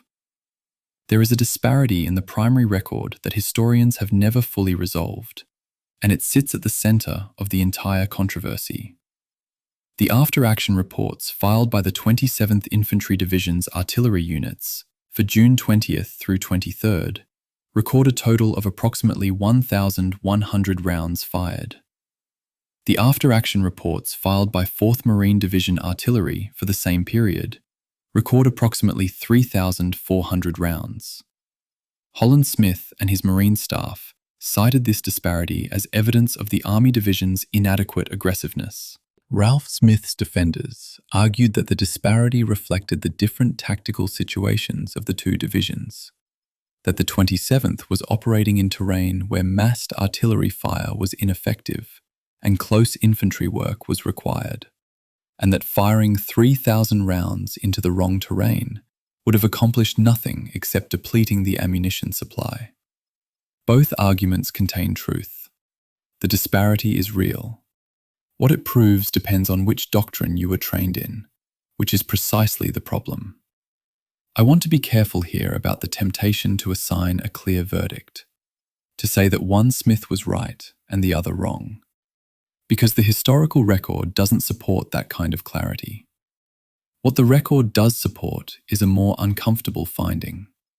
The American military in 1944 had built two separate institutional systems for developing and evaluating combat commanders, and it had then placed those two systems on the same battlefield without a shared framework for resolving the disagreements that were inevitable when they diverged. Ralph Smith was not incompetent. The investigations and subsequent career assessments, he was reassigned to the European theatre as a liaison officer to the French Army and later headed the CARE organization, living to the age of 104. Suggest a capable and professionally regarded officer. Holland Smith was not acting from personal malice. His after-action concerns about the 27th Division's performance are corroborated by multiple sources independent of the Marine institutional record. The relief was, in the most precise sense, a system failure wearing the face of a personnel decision. The Buckner Board's conclusion that the relief was technically lawful but not justified by the facts as fully understood was functionally a stalemate, and it was treated as such. General Marshall reviewed the findings and concluded that no further action was warranted. Admiral King reviewed the same findings and agreed. The practical consequence was that Holland Smith retained his command and Ralph Smith was quietly transferred, which, in terms of institutional incentives, sent a fairly clear message about which services standards would prevail in future joint operations. Whether that message was the right one is a question that military historians have been arguing about since 1944, and are still arguing about in the analysis of joint force doctrine today. The Smith versus Smith controversy appears in every serious treatment of Pacific Campaign command structure, and it appears there for a specific reason. It was the moment when the American military's inter-service organizational problems became visible at the tactical level, in public, in the middle of combat, in a way that could not be quietly resolved. What the controversy obscures, and this is the part that bothers me most about how it's usually told, is that while Holland Smith and Ralph Smith were generating the controversy that would consume senior military attention for the next 3 months, soldiers and Marines on the line at Purple Heart Ridge were dying at rates that neither commander could fully control, regardless of the pace of advance. The 27th Infantry Division suffered approximately 1,600 casualties between June 20th and June 30th. Whether a faster advance would have reduced that number or increased it is unknowable. The terrain was what it was. The Japanese defensive preparation was what it was. The argument about institutional doctrine was real and consequential, but it was also, in some fundamental sense, conducted in offices and after-action rooms, while the people it was supposedly about were lying in ravines.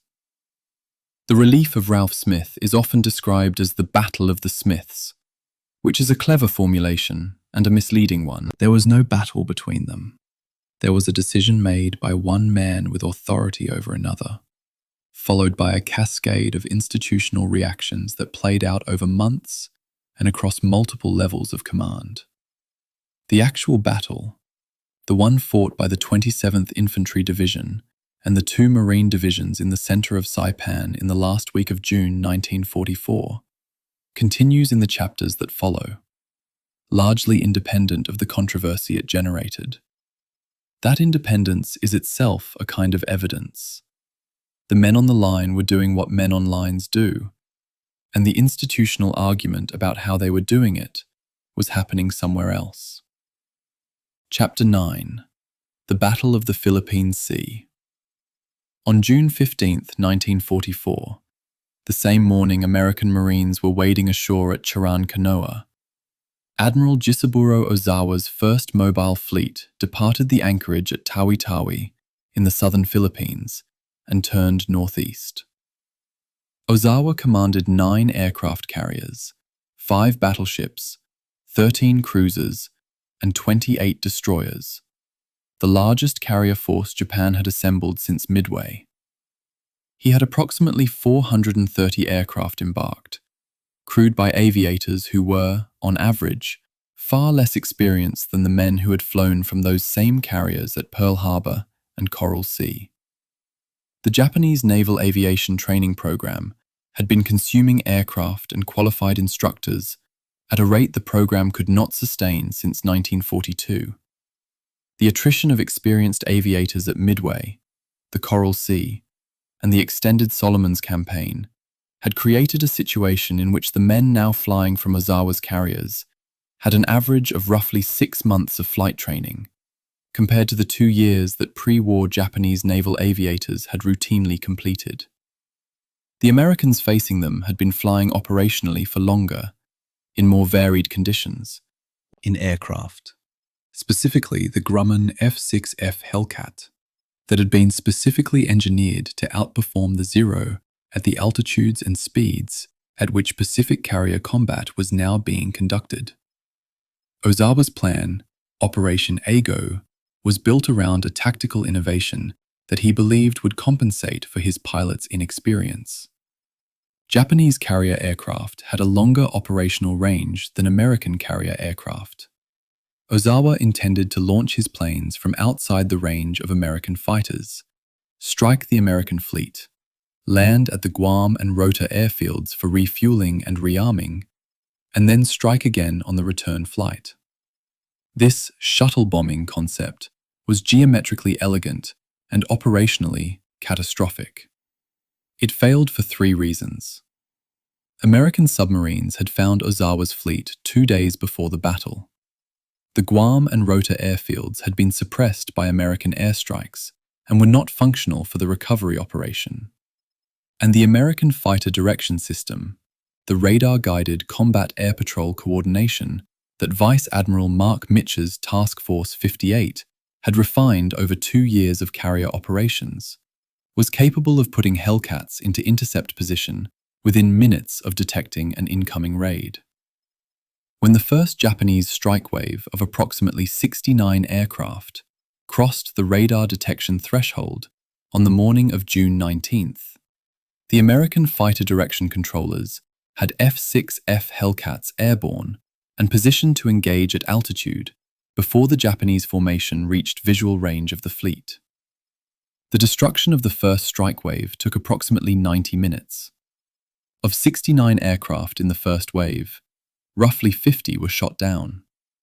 The second wave, approximately 128 aircraft, fared proportionally worse. Japanese records, which are incomplete because several of the carriers that launched that morning did not survive the day, suggest that fewer than 30 aircraft from the second wave returned. American fighter pilots and their controllers, listening to the radio traffic of the engagement, began using the phrase "turkey shoot" among themselves, a term that found its way into after-action reporting and eventually into the historical record as the Great Marianas Turkey Shoot, a name that emphasizes the lopsidedness of the aerial engagement without capturing what it cost the Japanese Navy in terms of irreplaceable human expertise. In 2 days of aerial combat, Japan's first mobile fleet lost approximately 330 aircraft in the air, and approximately 50 more destroyed on the Guam and Rota airfields. American losses in aerial combat were 23 aircraft. The submarine dimension of the battle is less famous than the aerial engagement, but strategically decisive. USS Albacore, a Gato-class fleet submarine, had been on patrol in the Philippine Sea when it made contact with Ozawa's fleet on the morning of June 19th. Albacore fired a spread of 6 torpedoes at the carrier Taiho, Ozawa's flagship, the largest and most modern carrier Japan had ever built, completed in March 1944, and on her maiden combat deployment. One torpedo struck the Taiho's aviation gasoline system. The carrier's damage control crews made a decision, opening ventilation fans to disperse the accumulated fuel vapor, that instead distributed it throughout the hangar deck. At approximately 1500 hours, a spark from an unknown source ignited the vapor. The explosion that followed was catastrophic. The Taiho sank within minutes, taking with her the flagship's communications center and Ozawa himself, who had to be physically transferred to a cruiser during the battle. Meanwhile, USS Kavala, another fleet submarine, found the carrier Shokaku, a veteran of Pearl Harbor, Coral Sea, and Santa Cruz, and put 3 torpedoes into her. The Shokaku sank at approximately 14 hours. Japan lost 2 fleet carriers, the cream of its remaining carrier aviation expertise, and the tactical coherence of its fleet, all within the same afternoon. The night of June 20th produced one of the most consequential command decisions of the Pacific War, and it belongs to Vice Admiral Mark Mitcher. American search aircraft had located Ozawa's retreating fleet late in the afternoon at a range of approximately 275 miles, near the absolute limit of the carrier aircraft's operational radius. Launching a strike at that range in late afternoon meant that the aircraft would make their attack after sunset and return in full darkness, a maneuver that carrier aviation doctrine specifically prohibited because night carrier landings were extremely dangerous and pilots not trained in them were highly likely to ditch in the ocean. Mitcher launched anyway. 216 aircraft, armed, headed west into the late afternoon sun. The strike found Ozawa's fleet, sank the carrier Hio, damaged 2 other carriers, and set fuel tankers on fire. Then the aircraft turned east, into full darkness, running low on fuel, with pilots who had not slept in 20 hours and had just flown the longest combat strike in American carrier aviation history. Mitcher made the second decision. He ordered Task Force 58 to turn on every light. Every ship, destroyers, cruisers, battleships, carriers, illuminated their running lights, their signal lights, and in some cases their deck lights, in direct violation of blackout protocols that had been in force continuously since Pearl Harbor. The risk was genuine. A Japanese submarine in the area could have used the lit fleet as a navigational reference for a torpedo attack. Mitcher accepted that risk because his pilots were ditching in the ocean in the dark, and he could not recover aircraft he could not find. The lights-on decision saved approximately 100 pilots who ran out of fuel and ditched near the illuminated fleet, where rescue operations could proceed immediately. 80 aircraft were lost, mostly to fuel exhaustion, in addition to the 23 lost in combat. Of the pilots who ditched, the majority survived. Turn on the lights became one of those phrases, like "don't give up the ship" or "damn the torpedoes," that gets repeated in the Naval Academy's leadership curriculum without the full weight of what it meant to Mitcher at that moment. The knowledge that he was risking his fleet to save individual men, and the willingness to make that trade. The strategic consequence of the Battle of the Philippine Sea for the Battle of Saipan was total and immediate. Ozawa's fleet had been Saipan's only credible hope for relief. The Japanese garrison, approximately 30,000 men, could survive artillery and infantry assault for weeks if properly supplied, and if there was a possibility of naval intervention that might interrupt the American operation. After June 20th, that possibility no longer existed. The garrison knew this within days. Captured documents recovered by American intelligence units in late June and early July indicate that Japanese officers on Saipan received radio communications confirming the fleet's withdrawal and the scale of its losses. What those communications meant, tactically, was that every Japanese soldier on Saipan was now fighting a battle whose outcome was already decided. Not in the sense that individual engagements were predetermined, but in the sense that no amount of local tactical success could change the campaign's trajectory.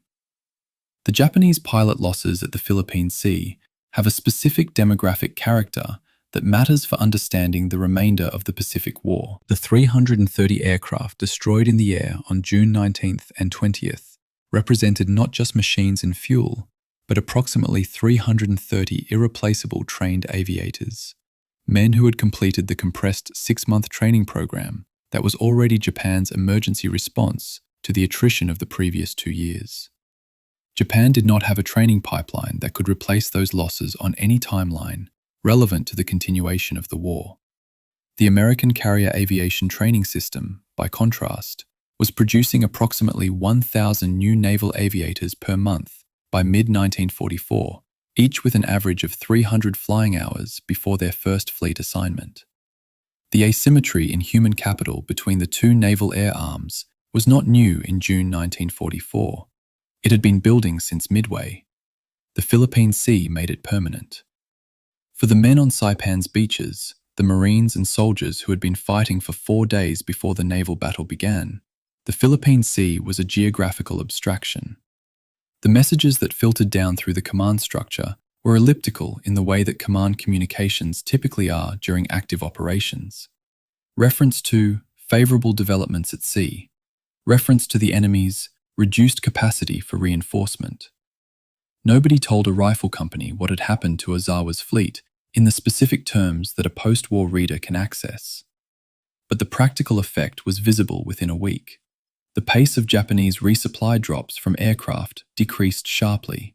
The volume of radio traffic intercepts from the Japanese garrison changed in ways that signals intelligence analysts found significant.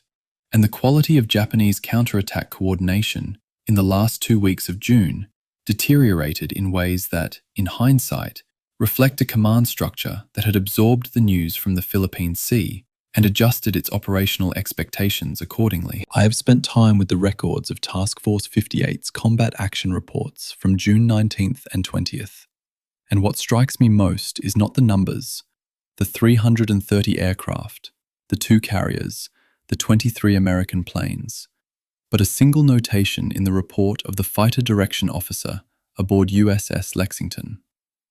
After describing the second wave engagement, in which his controllers had managed the intercept of approximately 128 Japanese aircraft with approximately 60 Hellcats, the officer wrote, "Control was maintained throughout. No wave reached the fleet." 7 words. No wave reached the fleet. That is the whole battle, compressed into the administrative language of a man who had just conducted, in real time, the most complex radar-controlled aerial engagement in naval history, and whose after-action documentation reflects the discipline of someone who has been trained to report events, not to celebrate them. Chapter 10. Mount Tapotchau.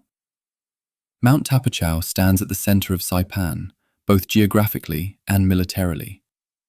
Its summit reaches 1,554 feet above sea level, the highest point in the Mariana Islands.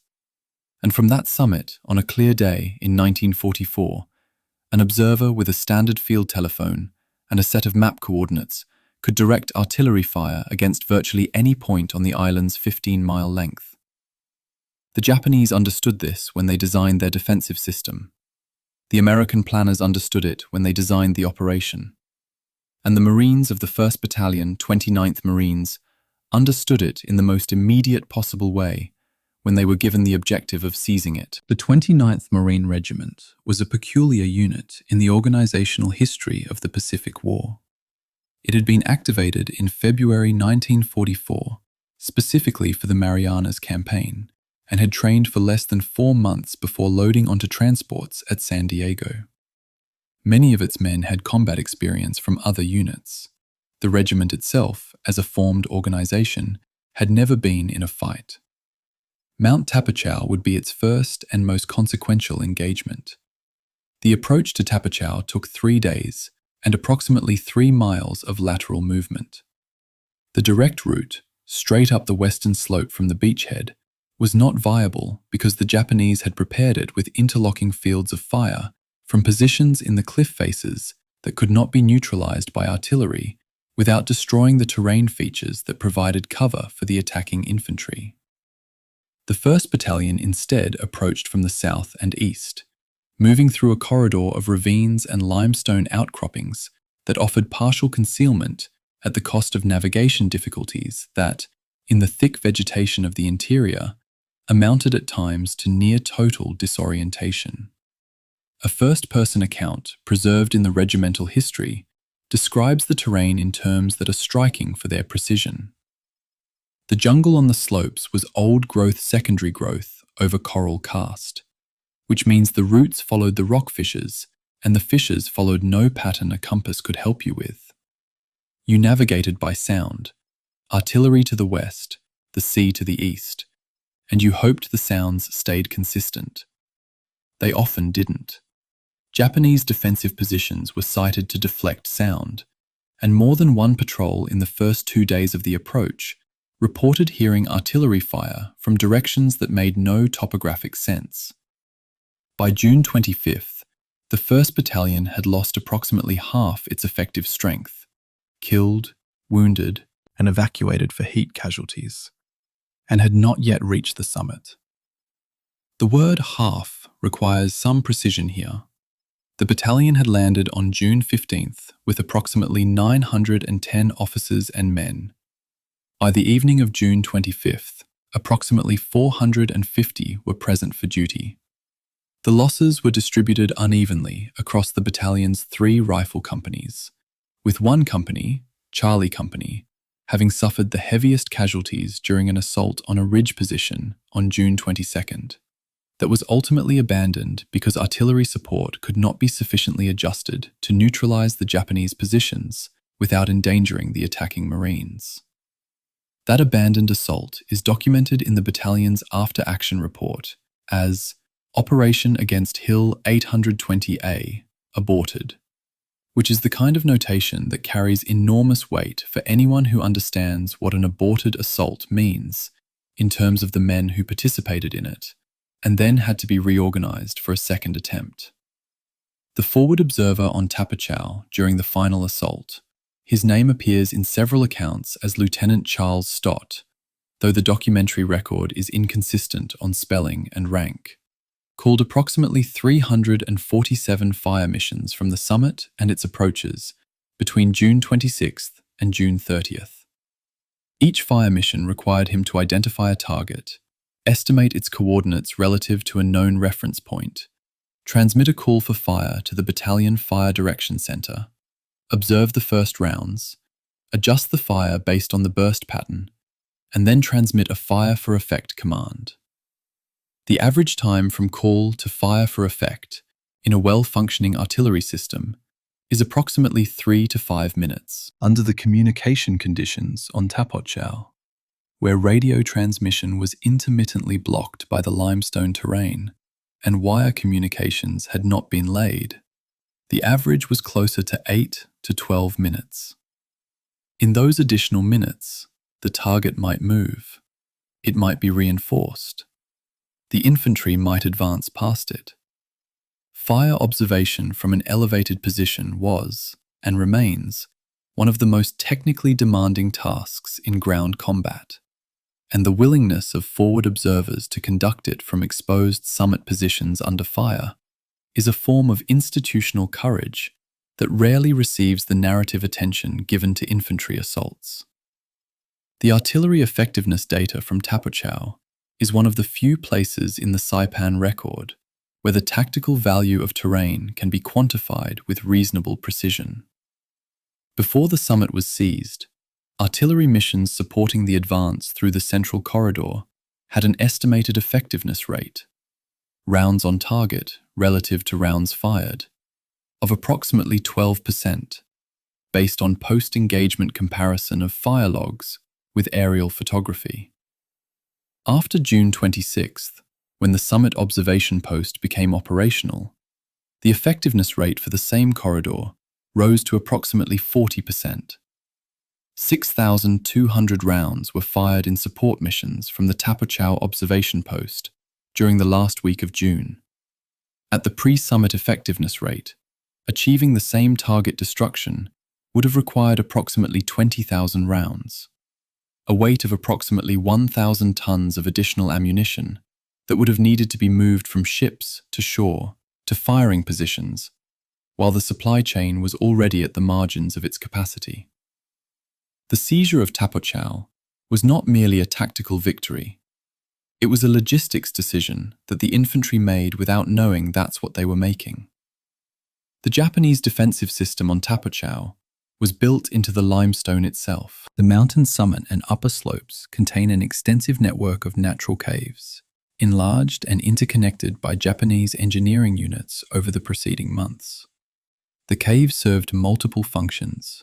They housed command posts, ammunition storage, medical facilities, and defensive fighting positions that could be sealed from the exterior while remaining connected to adjacent positions through interior passages.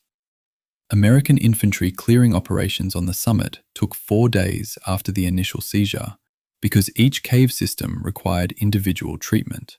Grenades, flamethrowers, and direct fire weapons in close coordination, in spaces where the effective range of a rifle was sometimes less than 15 feet. The technical challenge of cave clearing in volcanic limestone terrain was sufficiently unusual that the Marine Corps subsequently developed a formal doctrine document based on the Tapotchau experience. That document, circulated within the amphibious training establishment in late 1944, influenced the approach used on Iwo Jima and Okinawa. The view from Tapotchau on June 28, 1944, the day the observation post became fully operational, encompassed the entire island, the anchorage with its hundreds of ships, the beaches where, 2 weeks earlier, Marines had died in the surf, and the northern coastal plain where, in 10 days, the largest Banzai charge of the war would be launched. A Marine corporal who had served as a runner for the battalion during the assault wrote in a letter home, preserved in the collection of his family and cited by James Campbell's research, that the view from the summit made him feel sick and large at the same time, like you could see too much of what was happening and none of it was good. That letter was dated June 29th. The corporal survived Saipan. He was wounded on Tinian in August and did not return to combat.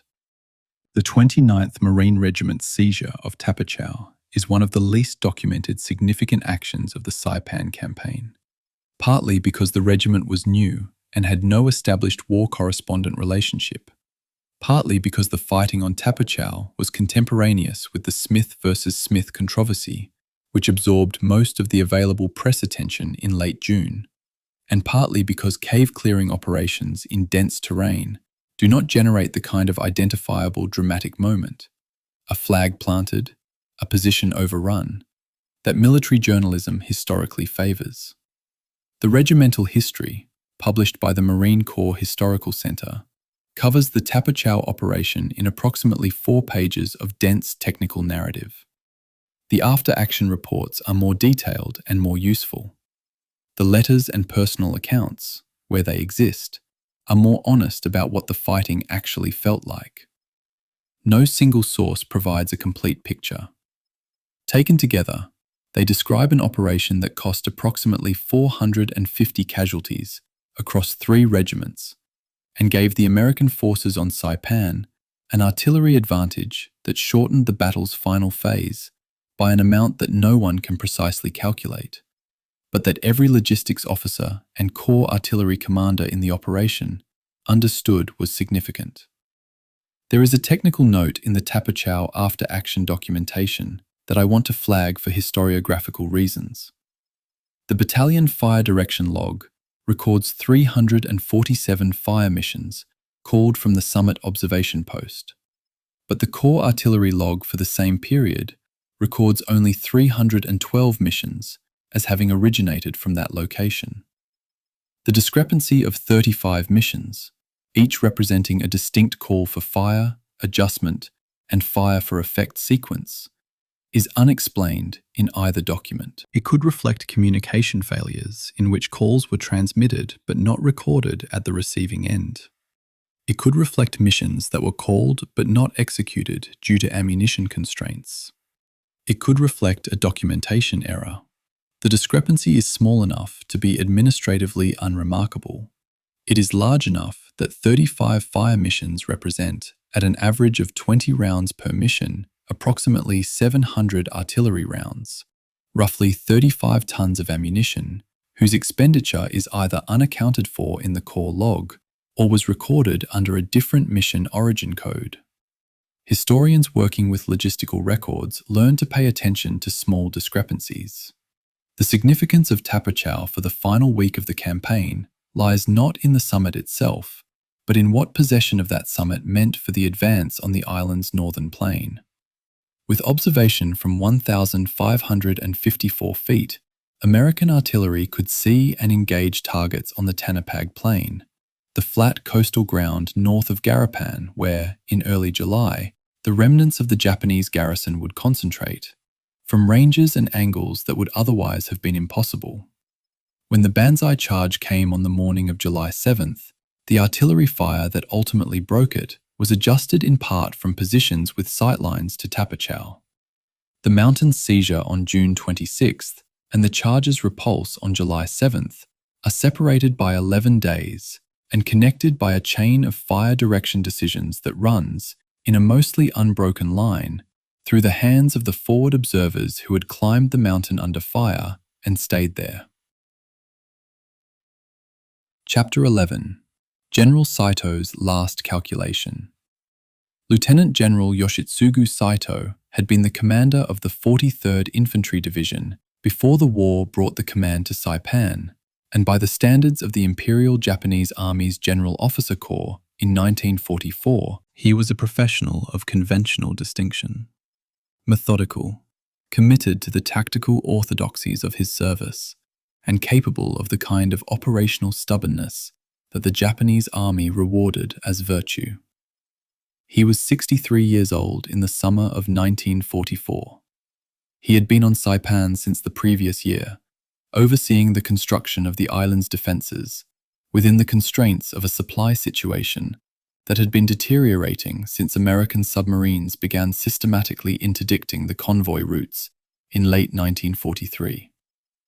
By June 1944, approximately one-third of the construction materials and reinforcing troops assigned to Saipan's garrison had been lost at sea before arriving. The fortress that Saito commanded was, in a precise technical sense, unfinished. A defensive system designed for 30,000 men that had been built with the resources available for 20,000. Spread across terrain whose natural advantages partially compensated for the infrastructure gaps, but could not, in the end, compensate for the absence of naval and air support that the original defensive concept required. Saito's tactical options after the fall of Aslito Airfield on June 18th were constrained in ways that a Western military framework doesn't easily capture. The Imperial Japanese Army's operational doctrine in 1944 included the concept of gyokusai, translated variously as shattered jade or honorable death, which described the organized destruction of a force in circumstances where tactical withdrawal was either impossible or strategically meaningless. Gyokusai was not suicide in the Western clinical sense.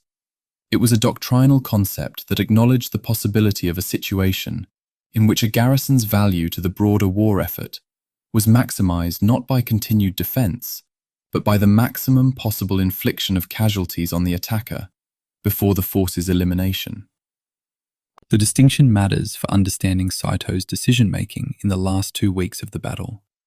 He was not, by the lights of his own military culture, making irrational choices. He was executing a doctrine, imperfectly, with diminishing resources and a staff that was itself operating under the kind of command communication failures that cascade when a defense collapses inward. The specific challenge Saito faced from late June onward was spatial. The American advance, assisted by the artillery observation from Tapotchau, was systematically compressing the remaining Japanese-held territory from 3 directions simultaneously. The 2nd Marine Division pressed from the west, the 4th Marine Division from the southeast, and the 27th Infantry Division, reorganized after the relief of Ralph Smith and now under the command of Major General Sanderford Jarman, later replaced by Major General George Greiner, pressed through the central corridor. By June 30th, the Japanese-held area of Saipan had been reduced to roughly the northern quarter of the island. The Tanapag Plain, the high ground around Marpi Point, and the coastal cliffs at the island's northern tip. Saito's effective combat strength at that point was approximately 4,500 to 5,000 men capable of organized resistance against an American force of approximately 35,000 effective troops, a ratio of roughly 7-to-1, in terrain that no longer offered the Japanese defensive advantage of the southern fortifications. Radio traffic analysis by American Signals Intelligence Units, operating as part of the 5th Amphibious Corps' Intelligence Section, tracked the degradation of Japanese command communications through late June. The frequency of encrypted traffic from Saito's headquarters to Imperial General Headquarters in Tokyo declined from multiple messages daily in the first week of the battle to approximately 1 message per day by June 28th. The content of those messages, decrypted in part through the MAGIC program and partially reconstructed from captured documents, shifted from operational reporting to increasingly formulaic expressions of intent, affirmations of the garrison's commitment, requests for support that the sender must have known could not be answered, and finally, the formal reporting structures that the Japanese army maintained regardless of tactical circumstances, because the maintenance of communication form was itself a form of institutional discipline. One message, dated July 4th and cited in the Marine Corps' Breaching the Marianas monograph, read in partial translation. The garrison continues to fight. We acknowledge no possibility of relief. The spirit of the troops remains. Saito filed that message on the day American forces crossed the Tanapag Plain's southern edge. The question of what Saito knew about the Battle of the Philippine Sea and when he knew it is one of the most consequential pieces of intelligence history in the entire Saipan campaign. The naval battle occurred on June 19th and 20th. By June 21st or 22nd, Saito's headquarters would have received some form of communication about its outcome. The Japanese Navy's reporting protocols would have softened the scale of the defeat. Official communications from Imperial General Headquarters tended to minimize bad news while still conveying the essential operational fact. But the meaning would have been clear. The fleet was not coming. Captured documents recovered after the battle's end and cited in subsequent Army historical analysis suggest that Saito received a communication on approximately June 23rd, acknowledging the fleet's withdrawal and the reduction of reinforcement possibilities. The document's phrasing used the formal language of strategic redeployment, but Saito, as a senior officer, would have understood what the redeployment meant for his garrison's survival probability. He continued fighting for another 2 weeks. Saito's final order, issued on the evening of July 6, 1944, has been quoted and misquoted in enough contexts that it's worth being precise about what the authenticated version actually says. The order, as reconstructed from Japanese prisoner of war accounts and partially recovered documents, directed surviving military personnel to counterattack with all available weapons at dawn on July 7th, near Tanapag Harbour on the island's northwest coast. The order included a passage addressed to the garrison's civilian population that used the word gyokusai in its formal sense, and that passage has been interpreted, both in contemporary American reporting and in subsequent historical analysis, as directing civilians to participate in the attack or to commit suicide rather than surrender. The interpretation is not entirely wrong, but it is not entirely accurate either. The imperial rescript issued by the Hirohito government in June 1944, distributed to garrison commanders throughout the Pacific, did use language encouraging Japanese civilians in occupied territories to choose death over capture. Whether Saito's specific order amplified that language or merely transmitted it is unclear from the documentary record. I want to be deliberate about the distinction between the doctrinal framework and the civilian deaths that followed, because conflating them produces a false clarity about causation.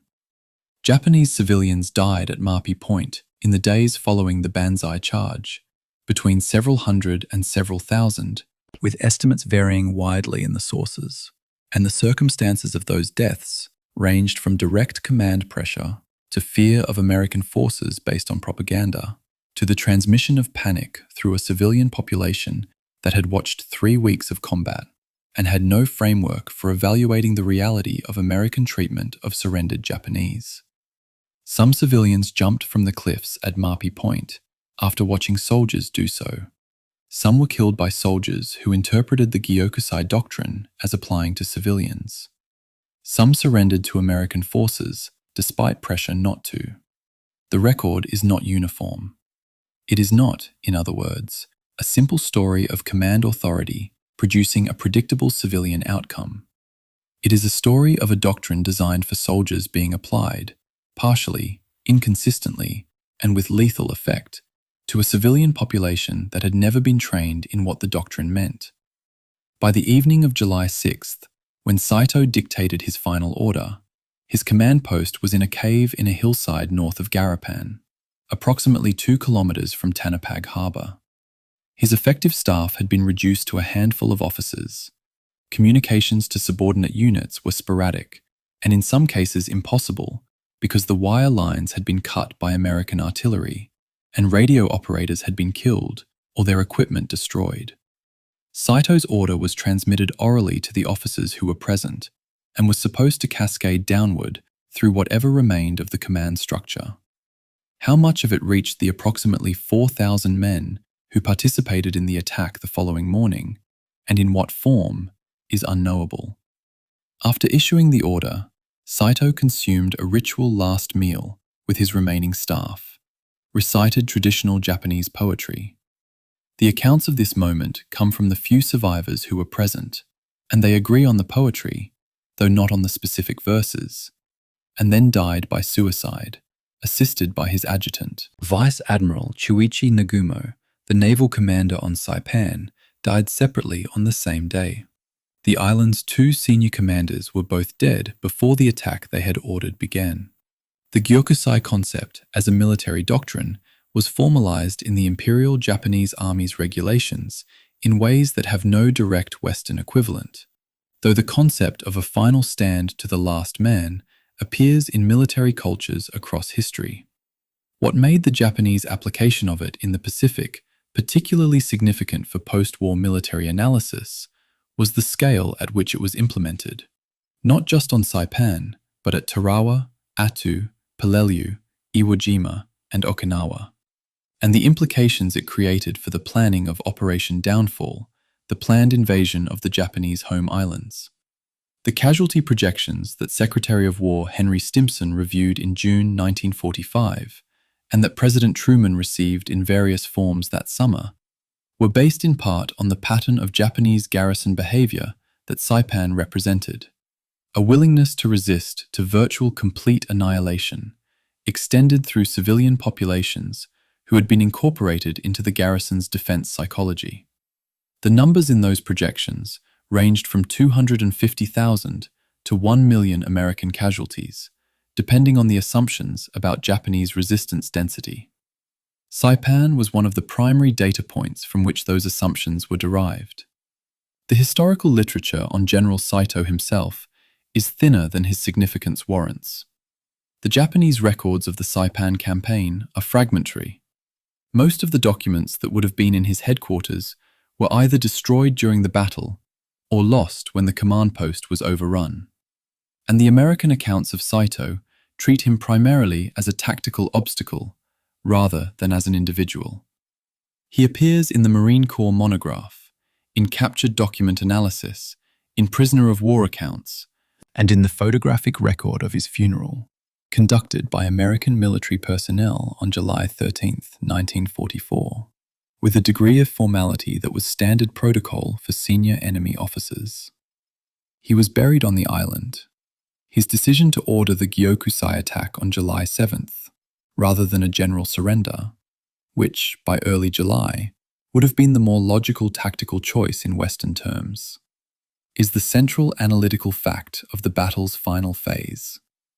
And it is a decision that cannot be fully understood without the doctrinal and cultural framework in which it was made.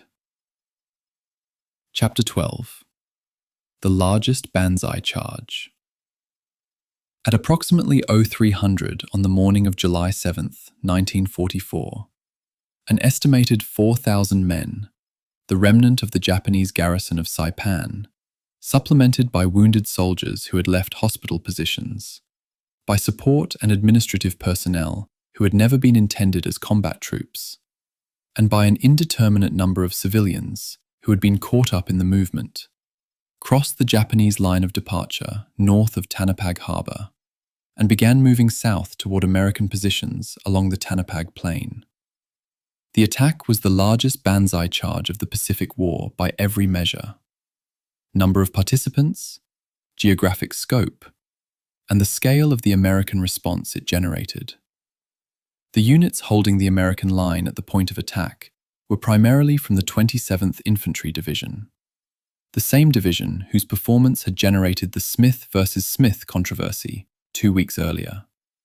Specifically, the 1st and 2nd Battalions of the 105th Infantry Regiment. The battalions were dug in, but thinly. Each occupied a frontage of approximately 1,000 yards, which for a battalion of approximately 700 effective men meant defensive density of roughly 1 man per yard of front, with no reserve line and limited wire obstacles. The first American notice of the attack came from listening posts approximately 300 yards forward of the main line of resistance. A sergeant's account, cited in the regimental history of the 105th Infantry and preserved in the Army's historical record, describes hearing a sound like a large crowd in the dark, getting louder, with individual voices becoming audible, shouting something I couldn't make out. The listening post team pulled back to the main line and reported. The battalion commander, Lieutenant Colonel William O'Brien, had approximately 15 minutes before the leading edge of the Japanese formation reached his position. He used 12 of those minutes to get every available weapon manned and to request artillery support from the Corps Fire Direction Center. The request was transmitted. The Fire Direction Center was already receiving requests from multiple positions as Japanese probing attacks hit other sectors simultaneously. The first artillery rounds landed approximately 3 minutes before the main body reached the American wire. The fighting that followed lasted approximately 15 hours, from roughly 0300 to approximately 1800 on July 7th, and the timeline requires that precision because the Banzai charge is a phrase that implies a single decisive moment, when the reality was a sustained, chaotic, and repeatedly reconfiguring engagement across roughly 2 miles of coastal plain. The initial penetration was deep. The Japanese overran the 1st Battalion's left flank within the first 30 minutes, killing or wounding approximately 125 men, and pushing through to the headquarters of the 105th Infantry itself, where the regimental staff, clerks, communications personnel, and the regimental commander's party fought with small arms to prevent the headquarters from being overrun. The 105th's Operations Sergeant, Technical Sergeant Thomas Baker, was already wounded when the headquarters position was threatened. He refused evacuation, fought until he was out of ammunition, and was found dead at his position the following morning. He was posthumously awarded the Medal of Honor. So were Lieutenant Colonel O'Brien, who died at the head of his men during a counterattack to restore the line, and Private First Class Harold Agerholm, who evacuated approximately 45 wounded men under fire using a jeep before being killed. The artillery response to the charge involved a technical improvisation that the official after-action report documents in detail, and that represents one of the most unusual uses of indirect fire support in the Pacific Campaign. As the Japanese formation penetrated the American line, the normal artillery support procedures, in which fire is directed ahead of the friendly forces, became unusable because the ahead and behind of the defensive line were no longer consistent. Japanese attackers were mixed with retreating and fighting American soldiers across a 2-mile front. Calling standard artillery missions risked killing American troops who could not be located precisely enough to protect. The Corps artillery officer, working with the observation post on Tapotchau and with aerial observers in liaison aircraft, developed a fire plan that used the coastal geography as a fixed point.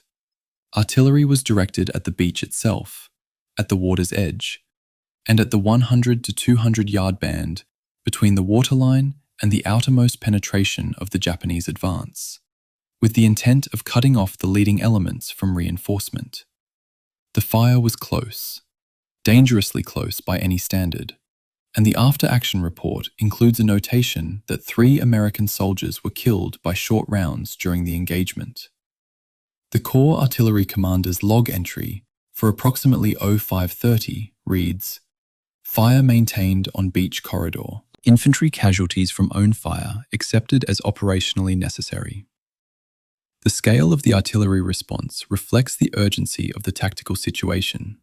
During the 15 hours of the engagement on July 7th, approximately 2,200 artillery rounds were fired by corps and division artillery in direct support of the Tanapag Plain defense.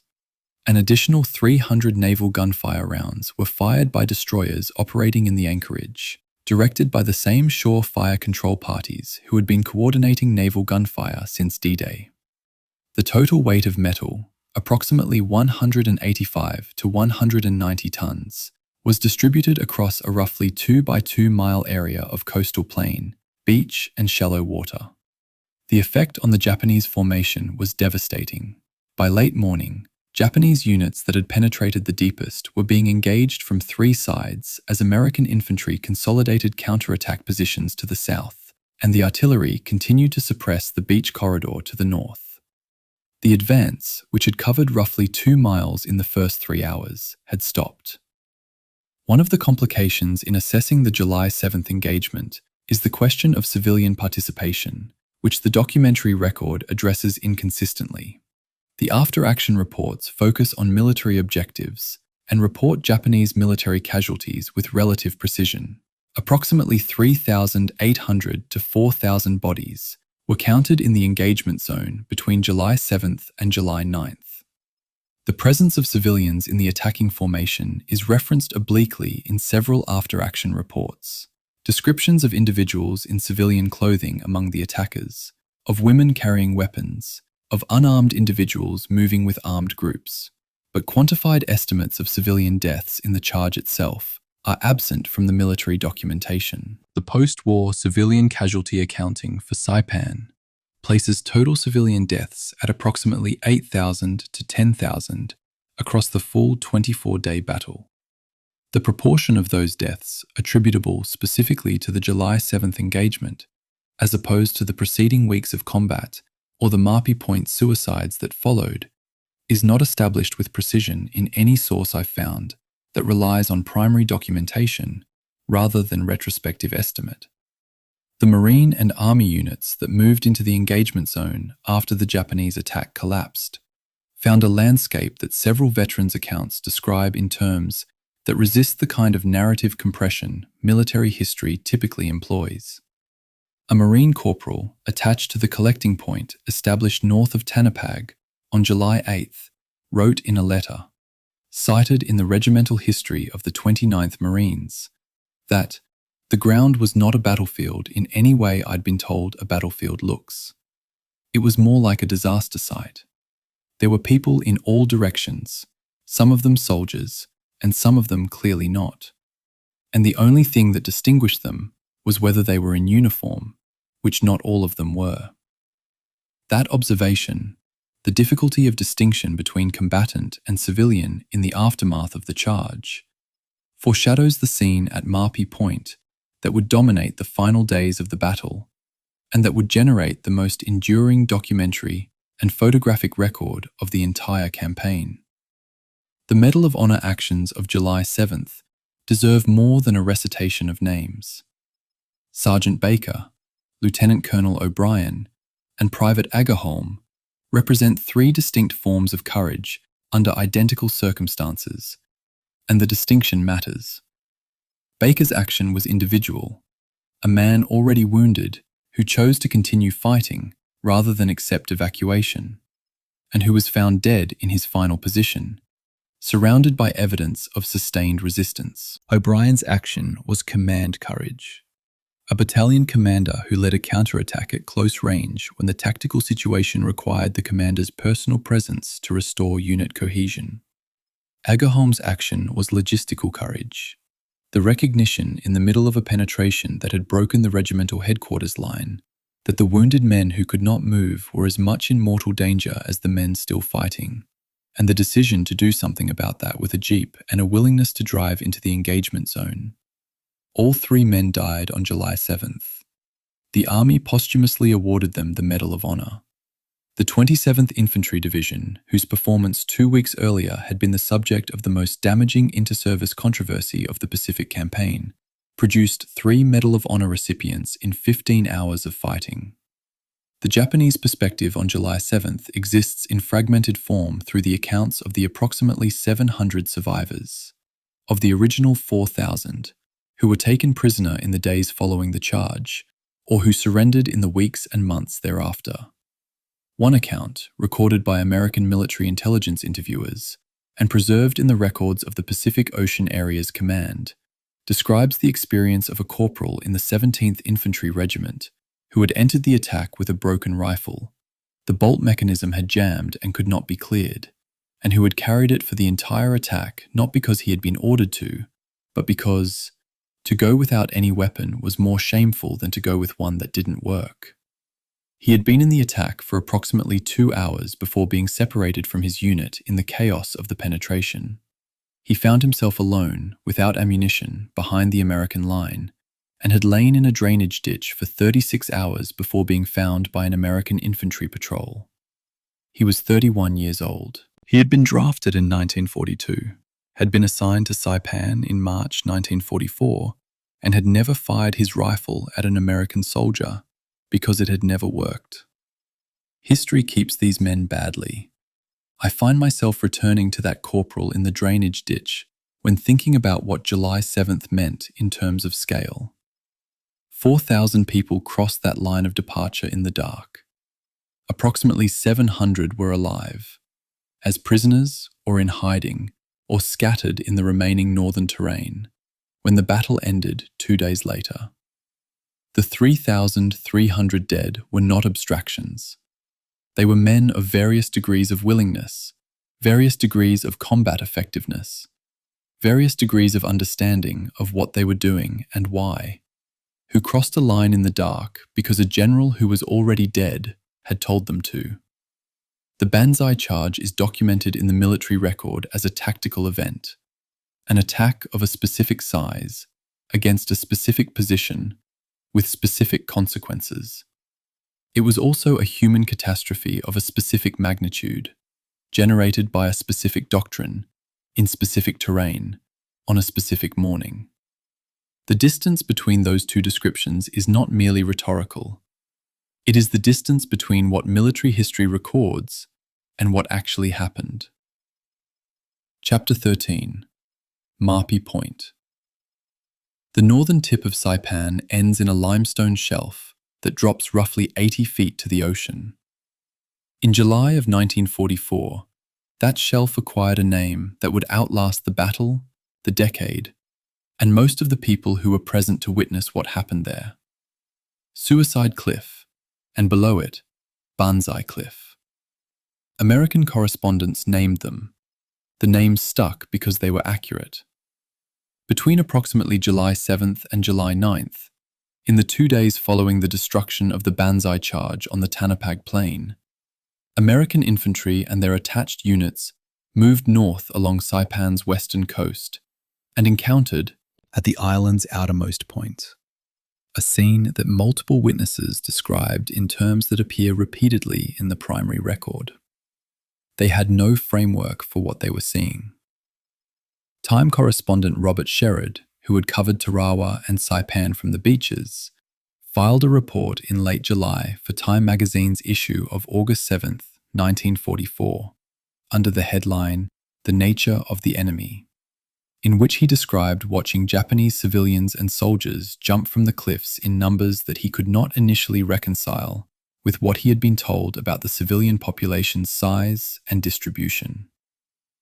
"I had been told there were perhaps 20,000 civilians on Saipan," Sherrod wrote. "What I saw at Marpi Point made me believe that number was too low, or that the civilians had not understood what was being offered to them, or both." The American loudspeaker broadcasts that preceded the infantry's advance to Marpi Point were a genuine effort at psychological operations, and the historical record on their effectiveness is genuinely ambiguous. Nisei linguists attached to the 5th Amphibious Corps had been broadcasting surrender appeals throughout the campaign. In Japanese, in the dialect spoken by the Okinawan settlers, who made up a significant portion of the civilian population, and in some cases, with messages directed specifically at the Chamorro and Korean populations, who had different relationships to the Japanese garrison and different incentives regarding surrender. The broadcasts at Marpi Point specifically promised safe treatment, food, and medical care. They were transmitted through loudspeaker equipment mounted on vehicles and on at least one landing craft operating offshore. The testimony of survivors who did surrender at Marpi Point indicates that some people came forward specifically in response to those broadcasts. The testimony also indicates, and this is where the historiography becomes complicated, that Japanese soldiers in some positions were actively preventing civilians from approaching the American lines, in some cases at gunpoint, and that the propaganda content of the broadcasts was being actively countered by military personnel who told the civilians that the American promises were deceptions designed to lure them into captivity where they would be killed or enslaved. The specific mechanics of what happened at Marpi Point, how many died, by what means, under what degree of coercion, have been documented with varying degrees of precision in a body of sources that do not fully agree. The US Marine Corps after-action reports estimate between 1,000 and 1,500 civilian deaths in the Marpi Point area during the period July 7th through July 9th. The post-war civilian casualty studies, conducted by the military government unit that established Camp Susupe and was responsible for registering the surviving civilian population, arrived at total battle-related civilian casualties across the entire 24-day campaign of approximately 8,000 to 10,000 people, with Marpi Point deaths constituting a significant but not precisely defined portion of that total. A 1974 article in Pacific Studies, drawing on Japanese survivor testimonies collected in the 1950s and 60s, estimated that between 1,000 and 2,000 civilians died at Marpi Point specifically. The JSTOR accessible version of that study notes a methodological limitation that is important. The survivor population available for interview was self-selected, meaning that people who had survived in ways that were shameful within Japanese cultural norms, by surrendering, by being captured while wounded, by hiding, were underrepresented in the testimony pool.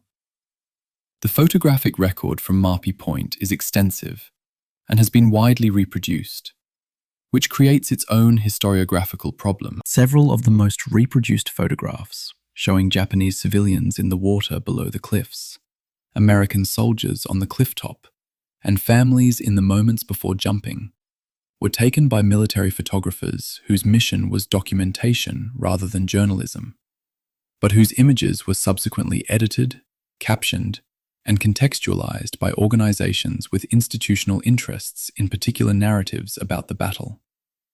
Some photographs were suppressed at the time by military censors, who judged them too disturbing for domestic American publication.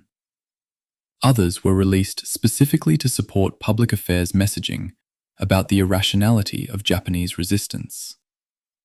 The photographs do not lie about what they show, but what any individual photograph shows is a fraction of a continuous situation. And the selection of which fractions to release and which to suppress shaped the post-war understanding of Marpi Point in ways that are only partially recoverable from the archive.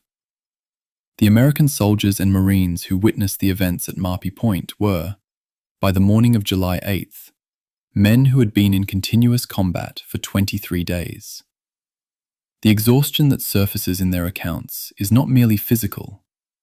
It is the specific exhaustion of people who have reached the boundary of their capacity to integrate new information emotionally. A Marine sergeant whose account appears in the oral history collection It Rained Fire, compiled by Stephanie Soda and Jennifer McKinnon, and published by the Northern Mariana Islands Historic Preservation Office in 2019, describes arriving at the cliff edge and seeing people in the water, some alive and swimming, and some not, and a woman on the ledge holding a baby, and I didn't. And then the account breaks off and resumes with a description of the loudspeaker equipment being brought forward. That syntactic break, the interrupted sentence, appears in the oral history transcript as written because the transcribers preserved the gap. It is one of the most honest moments in the entire documentary record of the battle. The Chamorro population's experience of Marpi Point was different from the Japanese civilian population's experience, and the difference has been inadequately represented in most accounts of the battle.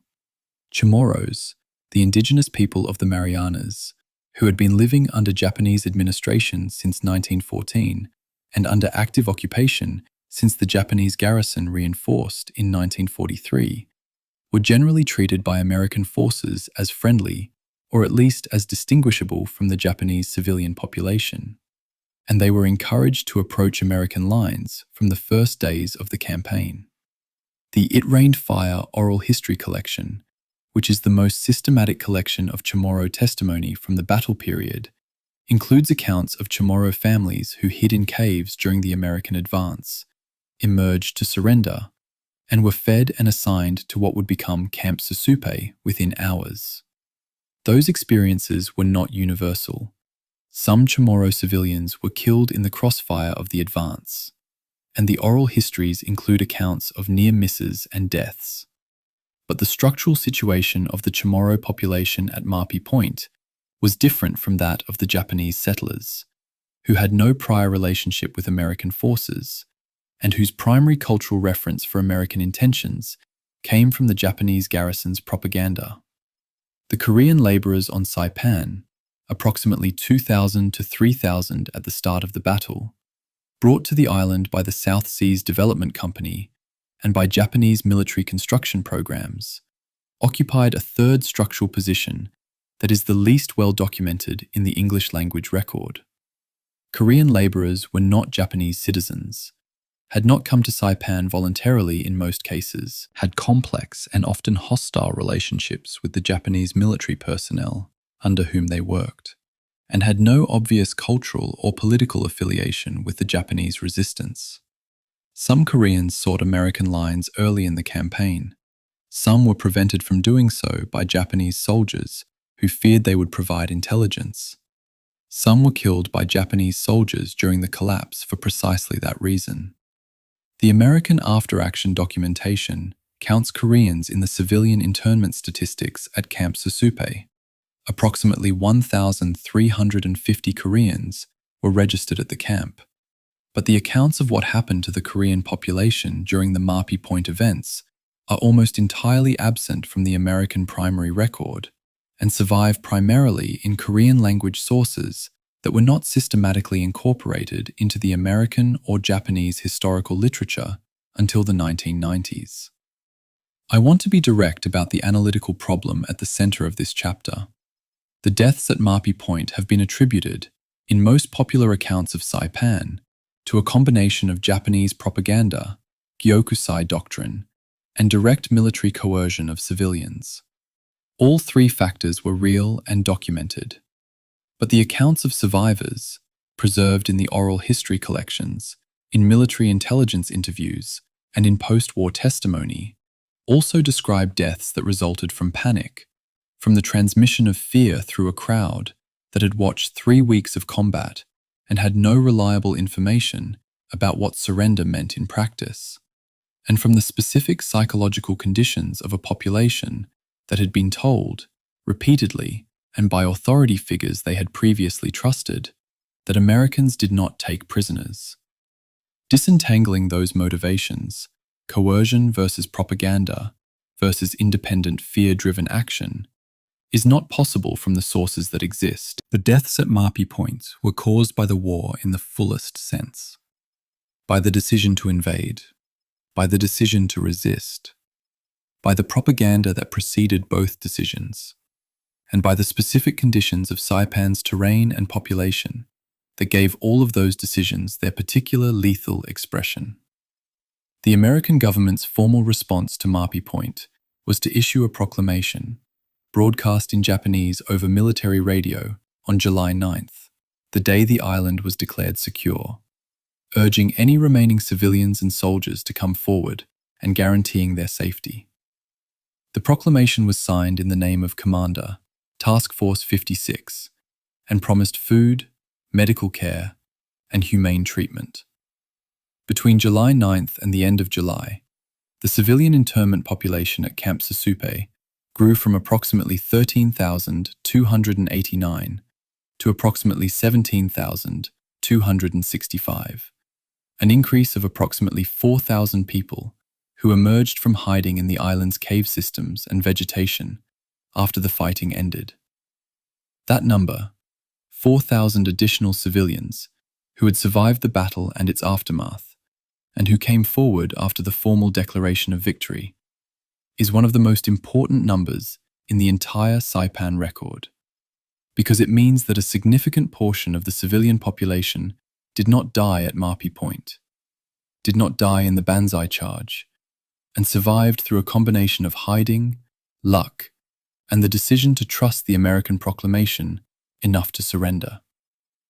History has focused on the deaths. The survival was also a fact. The memorial landscape at Marpi Point today includes monuments erected by Japan, by the United States, and by the government of the Commonwealth of the Northern Mariana Islands. And the 3 sets of monuments embody 3 different narratives about what happened there. The Japanese monuments emphasize sacrifice and sorrow. The American monuments emphasize the tragedy of propaganda and the cost of militarism. The CNMI monuments, more recently erected and more carefully worded, attempt to hold the Chamorro and Carolinian experience alongside the Japanese and American narratives without subordinating any of them to the others.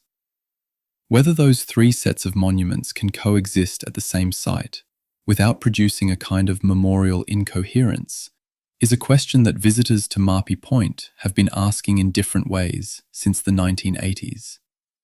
It is not a question that has been resolved, which may be the most honest thing that can be said about it.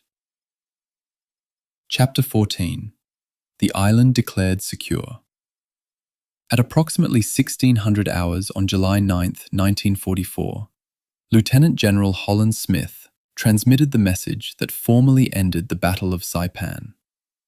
The exact phrasing of the declaration, "Saipan is secured," appears in the official record with a precision that the military favors for administrative purposes, and it is technically accurate in the sense that organized Japanese resistance had ceased across most of the island. It is also technically incomplete in the sense that scattered Japanese personnel would continue to resist in the island's cave systems for days, weeks, months, and in one exceptional case, Private Shoichi Yokoi, though his story belongs to Guam, years after the formal declaration. On Saipan specifically, the last organized Japanese resistance group was not eliminated until early August, and individual Japanese soldiers were captured as late as December 1944, 5 months after the declaration of security. The gap between the administrative fact of secured and the operational reality of a continuing enemy presence is one of the structural problems of island warfare that the Pacific Campaign never fully resolved, and it surfaces at Saipan in ways that the after-action documentation treats as routine, and that the military government personnel assigned to administer the island experienced as anything but. The establishment of Camp Sasupe, the internment facility that became the administrative center for Saipan's surviving civilian population, began on approximately July 15th, 1944, when the military government unit assigned to Operation Forager established registration and processing procedures at a site near Kanoa on the island's southwest coast. The camp was organized, at least initially, along ethnic lines that reflected both American administrative convenience and the social hierarchies of the pre-war Japanese colonial system. Japanese settlers, Okinawan settlers, Korean laborers, Chamorro indigenous residents, and Carolinian residents were assigned to separate sections of the camp. The initial internee count on July 15th was 13,289 people, 2,258 Chamorro, 782 Carolinian, 1,350 Korean, and the remainder Japanese and Okinawan.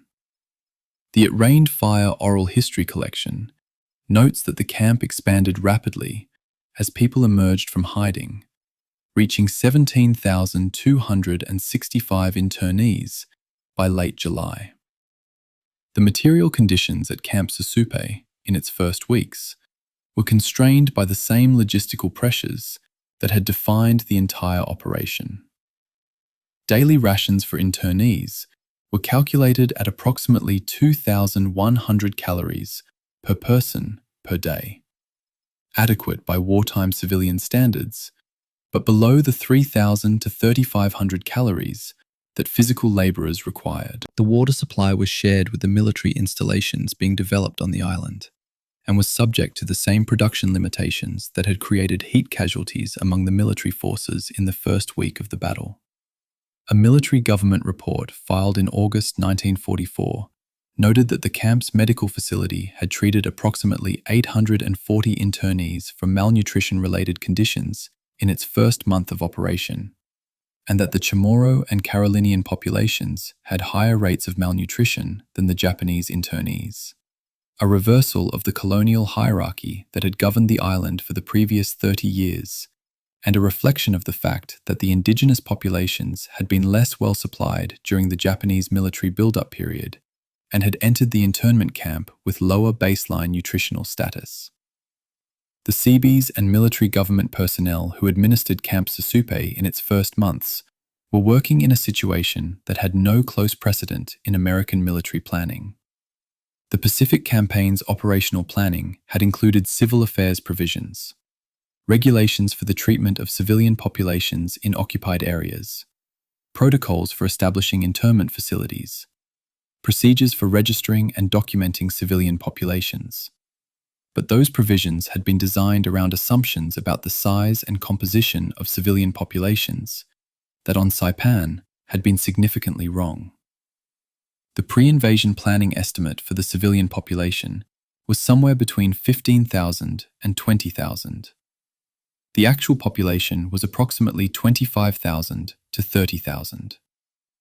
The military government personnel had staffing levels, supply allocations, and administrative protocols calibrated to the lower estimate, and they spent the first 3 weeks of the camp's existence improvising responses to a population that was approximately 50% larger than they had planned for. The improvisation was, by most accounts, reasonably successful.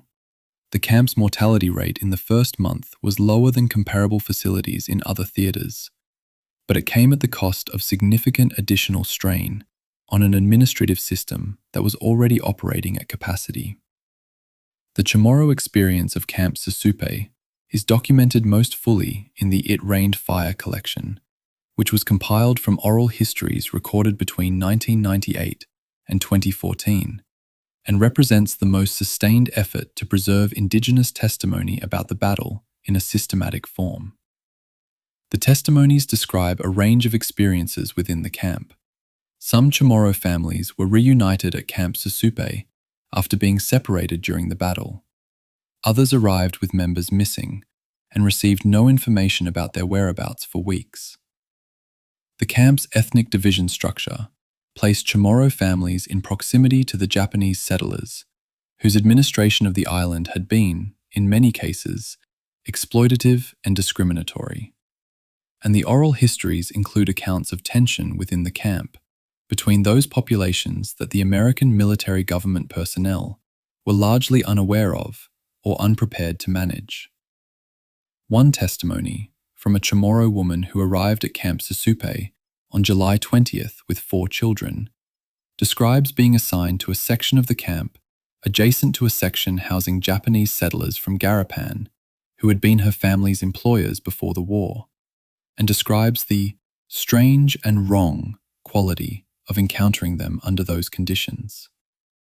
The reconstruction of Garapan, the island's main town, which had been virtually destroyed during the American bombardment and the subsequent weeks of combat, began almost immediately after the island's declaration as secured, driven by the Seabees and military government units, but dependent in large part on civilian labor recruited from Camp Susupe. Japanese and Okinawan internees with construction skills were employed in clearance and rebuilding operations. Chamorro internees were employed in agricultural and service roles. The payment system was minimal. The military government records cite compensation at approximately 5 cents per hour for unskilled labor. And the labor recruitment was in some cases compulsory in the sense that internees who were medically able to work were expected to work, and those who refused could be denied supplemental rations. The post-war legal analysis of the Camp Susupe labor recruitment system concluded that it was within the technical bounds of the Geneva Convention provisions for prisoner labor. But the analysis was conducted by American military lawyers and has not been universally accepted by historians of the period. The Seabees' work on Isley Field, the former Japanese airstrip that had been seized on June 18th and repaired to operational status within a week, was continuing through July with a pace and urgency that the military government operations at Camp Susupe did not share. The strategic purpose of Saipan had always been the airfield, not the island itself, and by late July, the construction priorities reflected that clearly. The field was being expanded from a single runway accommodating fighter aircraft to a complex capable of handling the B-29 Superfortress, which required a runway at least 8,000 feet long, with a load-bearing capacity far exceeding what the existing Japanese coral-based construction could provide.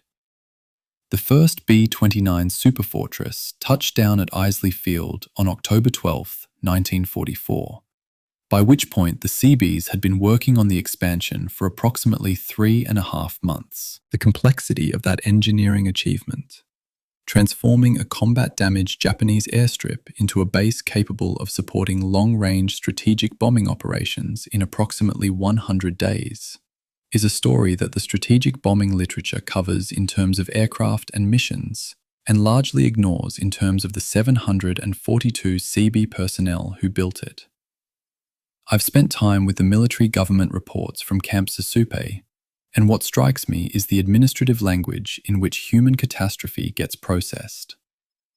The report for the week ending July 28, 1944 records: internee population, 17,265. Deaths this week, 43. Births this week, 7. Medical cases treated, 1,211. Labour details completed, 12. Handicraft cooperative sales, not yet established. 43 deaths in a week, 7 births. The births don't appear in the narrative accounts of Saipan. The deaths appear as a statistical footnote. 7 children were born at Camp Susupe in the week of July 21st to 28th, 1944. Children whose first weeks of life were in an internment camp on an island that had been a battlefield 2 weeks earlier, administered by a military government that had not planned for their existence. None of them are named in the military government records. The July 9th declaration of Saipan as secured had consequences that extended well beyond the island's administrative future. The fall of Saipan was interpreted in Tokyo as a strategic catastrophe of the first order. Not merely the loss of a garrison, which had happened at Guadalcanal and Attu, without producing political crisis, but the loss of the inner defensive perimeter, the zone that Imperial General Headquarters had publicly characterized as Japan's absolute last line of defense. The distance from Saipan to Tokyo was approximately 1,300 miles, within the operational radius of the B-29 superfortress. And the Japanese government had been aware since the previous year that American possession of the Marianas would create a direct threat to the home islands that could not be countered by existing air defense systems. The declaration of Saipan as secured on July 9th meant, in the most immediate strategic sense, that Japan's government faced a choice between a political reckoning and a military posture that could not be sustained. That reckoning was 9 days away.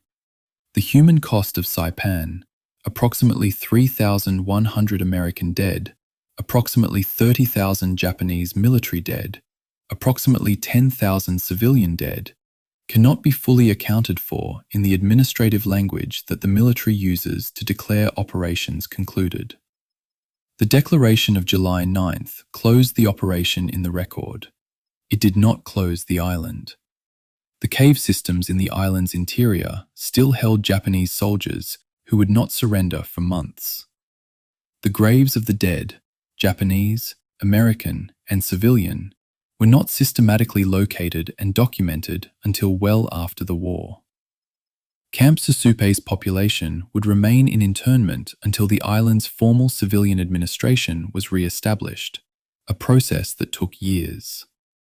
The 43 people who died in the week ending July 28th did not die because Saipan was still being fought over. They died because the consequences of the battle's 24 days continued to ripple through the population of the island long after the military had moved its attention north to Tinian and Guam. Chapter 15. Tojo Falls. On July 18th, 1944, Prime Minister Hideki Tojo submitted his resignation to Emperor Hirohito. The resignation was accepted the same day. Tojo's entire cabinet resigned with him, ending an administration that had held power since October 18th, 1941. The day, 9 weeks before Pearl Harbor, when Tojo had been appointed Prime Minister with a mandate to prosecute the war that his predecessor had been too cautious to commit to. The resignation was not spontaneous. It was the product of a political process that had been accelerating since the fall of Saipan became certain in late June, and it involved the most senior figures of the Japanese state: the Lord Keeper of the Privy Seal, Marquis Koichi Kido, the senior members of the Supreme War Council, and, in the background, Emperor Hirohito himself, whose role in the resignation remains a subject of historical debate that the available sources do not fully resolve.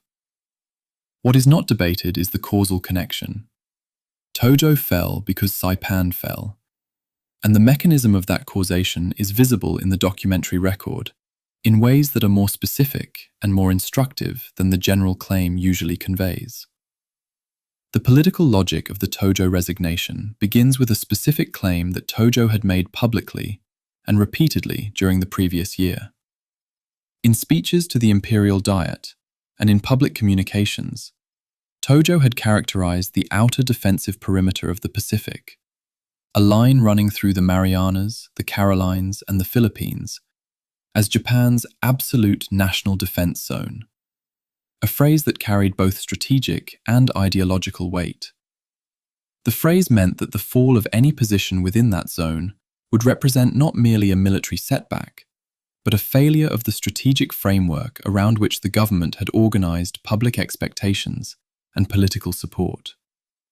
When Saipan fell on July 9th, Tojo faced the political consequences of a promise he could not keep: the Lord Privy Seal.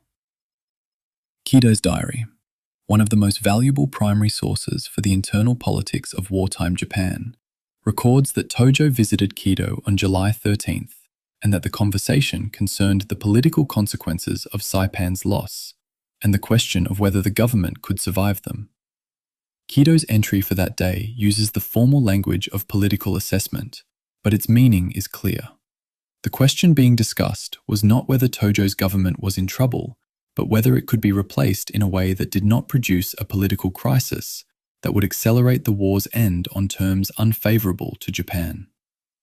The senior statesmen, former prime ministers who met in a formal advisory capacity as the Jushin, convened on July 16th and reached a collective assessment that Tojo's resignation was necessary. The Jushin included figures such as former prime ministers Hirota, Konoe, Okada, Wakatsuki, and Hiranuma, men who represented different factions of Japanese conservative politics, but who shared a reading of the strategic situation that was substantially more accurate than Tojo's public statements had acknowledged. The detailed record of the Jushin's July 16th meeting is fragmentary. The primary sources are post-war testimony from participants, Kido's diary, and some surviving internal documents. But the essential conclusion is recoverable. The fall of Saipan had demonstrated that the absolute national defense zone was not defensible, that the war's current trajectory led to eventual American bombardment of the home islands, and that a government that had predicated its credibility on the zone's defense could not credibly manage the war's continuation. Tojo resigned 2 days later.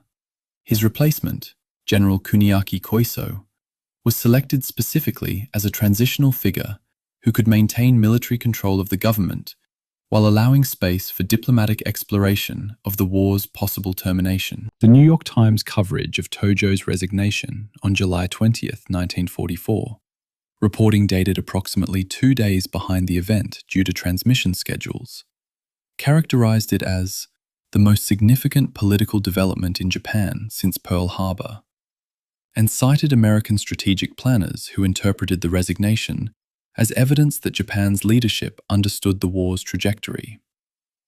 That interpretation was partly correct and partly wishful. The Koiso government that replaced Tojo was not a peace government. It was a government that retained the military's structural dominance of Japanese politics, and that continued the war under conditions that had not materially changed. What had changed was the political framework within which the war was being conducted. The absolute certainty of Tojo's public posture. We are winning. The defense zone will hold. Sacrifice will be rewarded. Gave way to a more ambiguous position, in which the war's continuation was justified, on terms that acknowledged difficulty without conceding defeat. The distinction mattered for the internal politics of the Japanese state. It did not immediately affect the operational situation. The Kido Diary's entry for July 18th, the day of Tojo's resignation, is one of those primary source documents that historians return to because it says more than its author intended. Kido was a careful diarist, trained in the bureaucratic precision of the imperial household, and his entries are typically formulated to document fact rather than express opinion. The July 18th entry records the formal exchange of resignation documents, the emperor's formal acceptance, and the procedural steps for the cabinet's dissolution. And then, at the end of the entry, Kido wrote a single sentence that falls outside the formal documentation. The loss of Saipan cannot be recovered. He did not elaborate. He did not need to. In the context of a diary kept by a man who had spent the previous 3 years managing the relationship between the imperial household and a government that was losing a war it had started, That sentence contains the weight of everything that the formal documentation was designed to not say directly. The American public's reception of Tojo's resignation was complicated by the fact that it arrived simultaneously with news of heavy American casualties at Saipan. The War Department had been managing casualty reporting carefully throughout the campaign, and the public figures available in mid-July, released through the standard military press office channels, were below the actual numbers. The figure of 16,500 American casualties that appears in most post-war summaries was not publicly available in full in July 1944. The released figures were lower, and the discrepancy between released and actual numbers would not be fully resolved in the public record until post-war. The juxtaposition of Tojo's fall with American casualties created a specific public affairs challenge. Celebrating the political consequence of a victory that had cost more lives than the official figures acknowledged required a careful handling of the scale of the cost. Robert Sherrod's Time reporting navigated this problem by focusing on the military's professional conduct rather than the casualty figures, an editorial choice that was consistent with wartime censorship guidelines, and that produced coverage that, read today, has a slightly shifted center of gravity relative to the full picture. General Tojo's personal trajectory after the resignation traces an arc that the post-war literature has documented thoroughly without entirely settling. He attempted suicide in September 1945, shortly after the Japanese surrender, by shooting himself in the chest with a pistol. He survived, was nursed back to health by American military doctors, was tried before the International Military Tribunal for the Far East, and was executed by hanging on December 23, 1948. The trial record, which runs to thousands of pages, addresses the question of his personal responsibility for the war's conduct, including the treatment of prisoners and civilians in occupied territories. The tribunal's verdict was death. The historical assessment of Tojo's role has been complicated by subsequent scholarship on the structure of Japanese military decision-making, which suggests that personal agency at the prime ministerial level was more constrained by institutional and factional pressures than the tribunal framework assumed. This is not an exculpatory argument. It is a structural one, and it matters for understanding why the Tojo resignation, which looked from the outside like a decisive political event, produced so little immediate change in the war's operational trajectory. The connection between Saipan's fall and Japan's eventual surrender is often stated in the language of inevitability. Saipan made the atomic bomb decision possible, or Saipan opened the road to Tokyo. And those framings contain truth, but compress the actual causal chain in ways that misrepresent the complexity of the 1944 to 1945 decision-making process. Saipan's fall demonstrated the failure of the absolute defense zone doctrine and removed a government that had staked its credibility on that doctrine. It did not produce a Japanese government willing to negotiate surrender on terms the United States would accept. The Koiso government explored diplomatic channels, primarily through Soviet intermediaries, whose neutrality agreement with Japan remained in force. But those explorations were conducted on the assumption of a negotiated settlement that preserved the imperial system and avoided occupation, conditions that the United States, at that stage of the war, was not prepared to accept. The distance between Tojo's resignation in July 1944 and Japan's surrender in September 1945 was 14 months of additional fighting. Leyte Gulf, Iwo Jima, Okinawa, the firebombing campaigns, in which the death toll on all sides dwarfed the toll at Saipan. I find the Kido diary entry for July 18th the most useful single document for understanding what Saipan's strategic significance meant in real time, as opposed to retrospect. The loss of Saipan cannot be recovered. Not, the loss of Saipan may prove difficult to overcome, or the loss of Saipan represents a significant challenge, cannot be recovered. A senior Japanese official, writing for himself on the day the government fell, had arrived at a conclusion that the replacement government would spend 14 months refusing to act on. That 14-month gap is the most consequential period in the Pacific War's final phase, and it began on July 18, 1944, in the resignation of a prime minister whose government had staked itself on a defense zone that a beach landing on June 15th had already made obsolete. The Tojo resignation is, in one framework, the political culmination of the Battle of Saipan, the event in Tokyo that confirmed the strategic significance of what had happened militarily in the Marianas. In another framework, it is the point at which the battle's consequences became separated from the battle's execution, entering the domain of high politics and strategic calculation rather than infantry and logistics.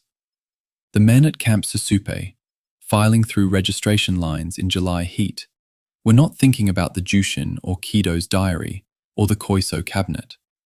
The Seabees extending the runway at Isley Field were thinking about load-bearing capacity and drainage grades.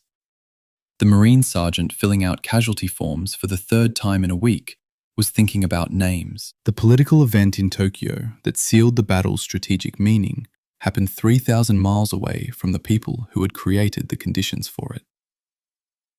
Chapter 16. The First Plane to Tokyo. On November 24, 1944, 111 B-29 superfortresses of the 21st Bomber Command took off from Isley Field on Saipan and turned northwest toward Tokyo. The mission, codenamed San Antonio 1, was the first American strategic bombing raid on the Japanese capital since Lieutenant Colonel James Doolittle's 16 B-25s had struck the city in April 1942 from the carrier Hornet, a mission whose military effect had been minimal and whose psychological effect on both sides had been enormous. The November 24th mission was different in kind, not just scale. The B-29 superfortress had a combat radius of approximately 1,500 miles, which meant that Saipan, 1,300 miles from Tokyo, put it within the superfortress's operational range with margin for combat maneuvering. The Doolittle raid had required a carrier because no land base within range existed. The San Antonio 1 mission required no carrier because the Seabees had spent 112 days since the battle's end converting a Japanese fighter strip into a facility that could handle 100-plane B-29 operations. The geometry of the Pacific War had changed in a way that was, in the most literal sense, architectural. The technical specifications of the B-29 superfortress in November 1944 represent one of the most impressive and simultaneously most troubled engineering achievements in American aviation history. The aircraft was designed to fly at altitudes between 25,000 and 30,000 feet, above the effective ceiling of most Japanese interceptors and anti-aircraft fire. At a cruising speed of approximately 220 miles per hour, carrying approximately 20,000 pounds of bombs over a combat radius of 1,500 miles. It was the largest American combat aircraft of the war, with a wingspan of 141 feet 9 inches and a pressurized crew compartment that allowed operation at high altitude without oxygen masks. It also had an engine problem that its combat crews were intimately aware of. The Wright R3350 duplex cyclone engines that powered the aircraft had a tendency to overheat at high power settings, and the overheating could progress to engine fire in ways that were not always preventable by standard throttle management. B-29 engine fires claimed several aircraft and crews before the mechanical problems were partially addressed through procedural modifications and engineering changes in late 1944 and early 1945. The crews who flew San Antonio, I knew this, they flew anyway. Search B-29 First Tokyo Raid, November 24th, 1944. San Antonio. I results. Musashino. Accuracy. High altitude bombing results. Details. View. Search Saipan 1944. Legacy. Pacific War. Operation Downfall. Casualty estimates. Atomic bomb decision. Stimson, 1945. View. Read https://theamericanpresident.us/images/projections.pdf. View. Search 21 Bomber Command. LeMay Firebombing, March 1945. Low-altitude incendiary Tokyo operation. Meeting House. Saipan bases. Statistics. View. Search Saipan, 1944. Documentary. Legacy. Modern Micronesia. CNMI. Memorial. 2026 Descendants. Reconciliation. View. Read https://www.national.ww2museum.org/war/articles/hellfire-earth-meetinghouse. View. Read https://www.nh/content/uploads/islands-after-war-ebook.pdf. View. I now have all the research needed to complete chapters 16 and 17. Here are the final two chapters, continuing directly from where chapter 16 was interrupted. The B-29 engine fires claimed several aircraft and crews before the mechanical problems were partially addressed through procedural modifications and engineering changes in late 1944 and early 1945. The crews who flew San Antonio, I knew this. They flew anyway. 110 aircraft of the 73rd Bombardment Wing departed Isley Field on the morning of November 24th. By the time the formation reached Mount Fuji, the navigation landmark that marked the turn toward the target, 10 miles west of central Tokyo, only 87 aircraft were still with the formation. 17 had aborted before reaching Japan. The rest had turned back with mechanical failures. The target was the Nakajima Aircraft Engine Factory at Musashino, which produced power plants for a significant portion of Japan's operational fighter fleet. The weather over Musashino was uncooperative in a way that no amount of pre-mission meteorological analysis had accurately predicted. Cloud cover between the formation and the ground obscured the target at the moment of bomb release, and the aircraft were caught in a jet stream wind exceeding 120 miles per hour that pushed the bombers over their aim points at approximately 450 miles per hour, too fast for optical bomb sight accuracy at any altitude, let alone 30,000 feet. Of the 87 aircraft that remained in the formation, only 24 actually attacked Musashino. Of the 240 bombs they dropped, 48 landed in the factory area. 3 were duds. Post-war assessment indicated that the bombs damaged 2.4% of the machinery at Musashino and 1% of its buildings. Worker casualties totaled 57 dead and 75 wounded. The factory continued producing engines the following week. The failure of San Antonio 1 established a pattern that persisted for the following 3 months, and it is a pattern that the conventional strategic bombing narrative, which moves quickly from the first raid to the firebombing campaign of March 1945, tends to skip over in ways that distort the actual history. From November 24, 1944, through late January 1945, the 21st Bomber Command flew dozens of high-altitude daylight raids against industrial targets in the Tokyo area and elsewhere. The results were uniformly poor. The jet stream, a high-altitude wind current that had not been systematically documented in pre-war meteorological research, and whose existence above the Pacific was not fully understood by American planners, consistently defeated precision bombing at high altitude by producing ground speeds and crosswinds that rendered the Norden bomb site's calculations meaningless.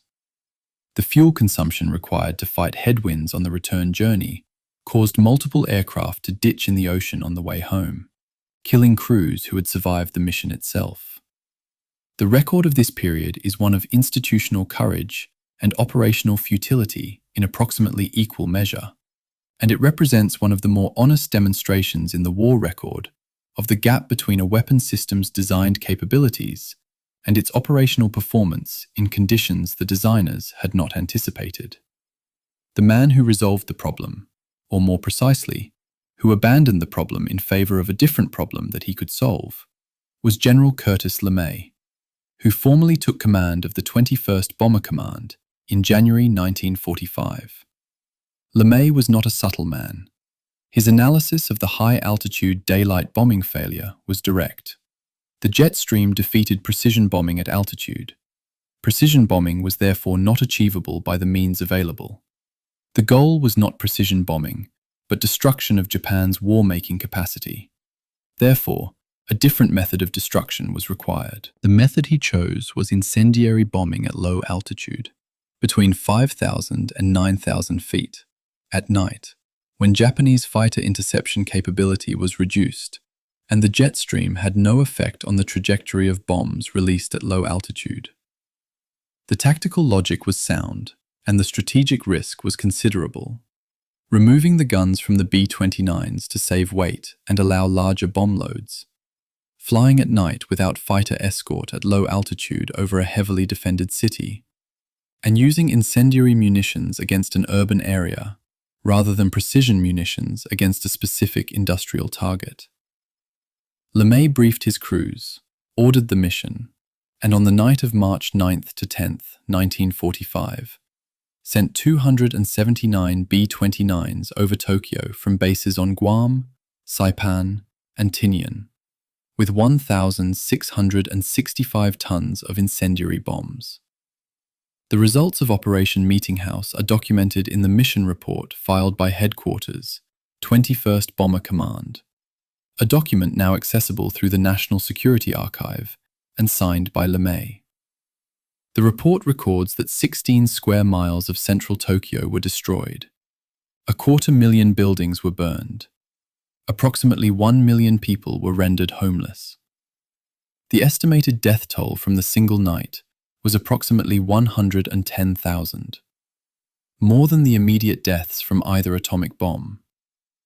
American losses were 14 B-29s, approximately 90 airmen, from a combination of enemy action and accident. The mission report's language is the flat, bureaucratic prose of official documentation. It records tonnage, sorties, results, and losses with the precision of an accounting document. What it does not record, and cannot record, is the experience described by Bombardier Maynard David, whose account appears in the National World War II Museum's historical record. When the bomb bay doors opened, the plane filled with smoke from the ground, and we smelled this horrible odor. We closed the bomb bay doors after we dropped and headed to sea. The odor was still so strong in the plane that the pilot ordered me to open the doors again to let the fresh air in. David did not explain in his account what the odor was. He didn't need to. The connection between the Battle of Saipan and Operation Meeting House is not metaphorical. It is architectural and logistical in the most literal sense. Every B-29 that lifted off from Islay Field on any mission against Japan had been enabled to do so by the CB construction program that transformed a Japanese Coral fighter strip into a long-range bomber base in approximately 112 days between July and October 1944. The runway that Brigadier General Emmett O'Donnell's aircraft used on November 24th was built by the same men who had been working alongside, and in some cases under fire from, the remaining Japanese defenders in the island's cave systems. The connection goes further.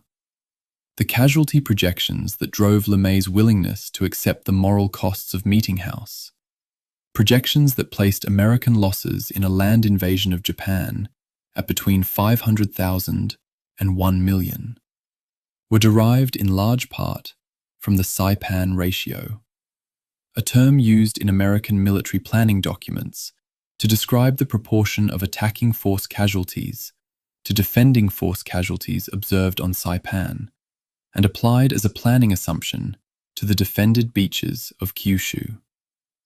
The battle that had ended with Saipan declared secure on July 9th was still, in November 1944 and March 1945, generating its consequences in the form of strategic calculations, tactical doctrines, and ultimately, command decisions whose human costs extended far beyond the island's shores. The men who flew from Saipan to Tokyo between November 1944 and August 1945 rarely saw Saipan itself except as a set of coordinates on a departure chart and a set of runway lights on return.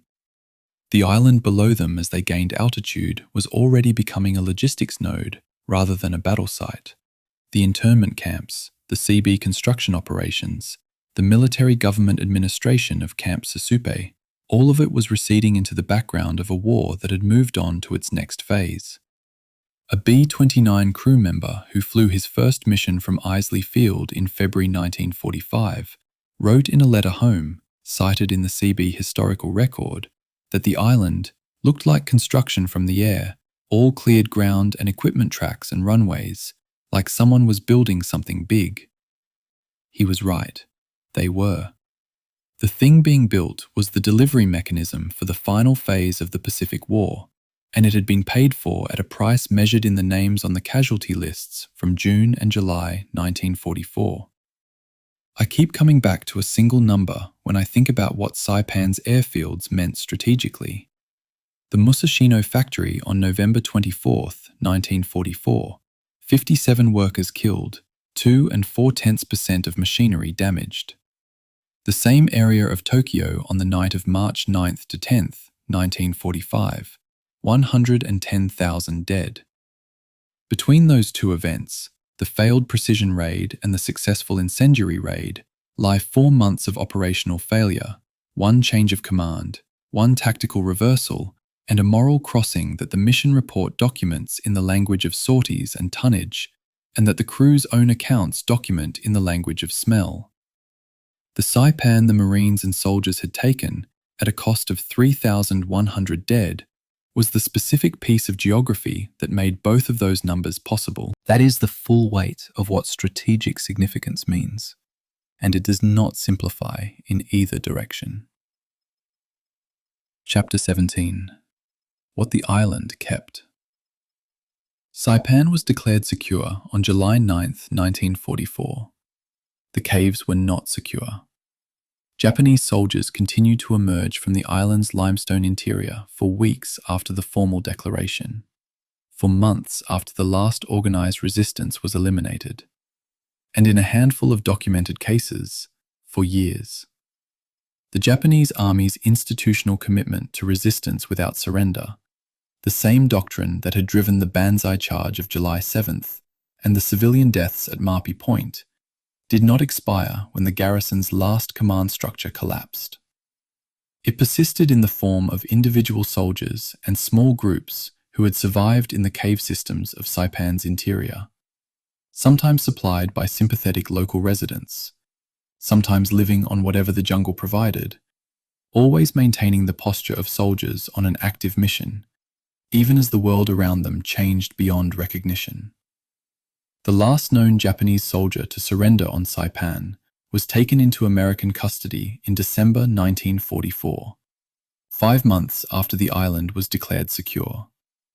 But the caves continued to yield human remains, some military, some civilian, for decades afterward, and in some cases into the 1980s and 90s, when Japanese government bone collection missions systematically worked the northern coast's cave systems for remains that could be repatriated.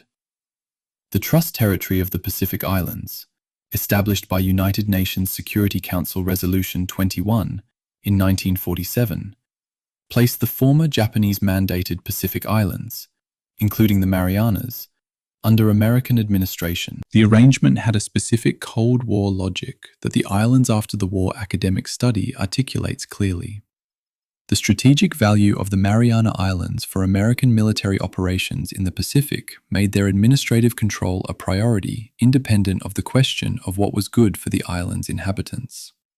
Saipan specifically became the site of the Navy's Technical Training Unit, operated according to post-war documentation declassified in the 1980s by the Central Intelligence Agency, which used the former Japanese military facilities at Marpi Point as a training installation for anti-communist intelligence operatives from approximately 1950 through 1962. The facility's operational security requirements rendered the northern end of the island, including the Marpi Point cliff sites, completely inaccessible to civilian residents for 12 years. Japanese bone collection missions that arrived during that period could not access the areas where the densest concentration of civilian and military remains were located. The Chamorro residents of Saipan were American nationals by 1946, but they did not receive American citizenship with its full legal protections and political representation until the covenant establishing the Commonwealth of the Northern Mariana Islands was ratified in 1978.